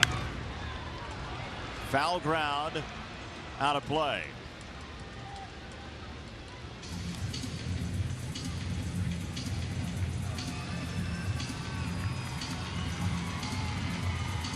Fulmer went 5, Ryan for 1, Alex Wilson 2/3 of an inning, Justin Wilson 1 1/3. Now Rodriguez trying to cinch it up.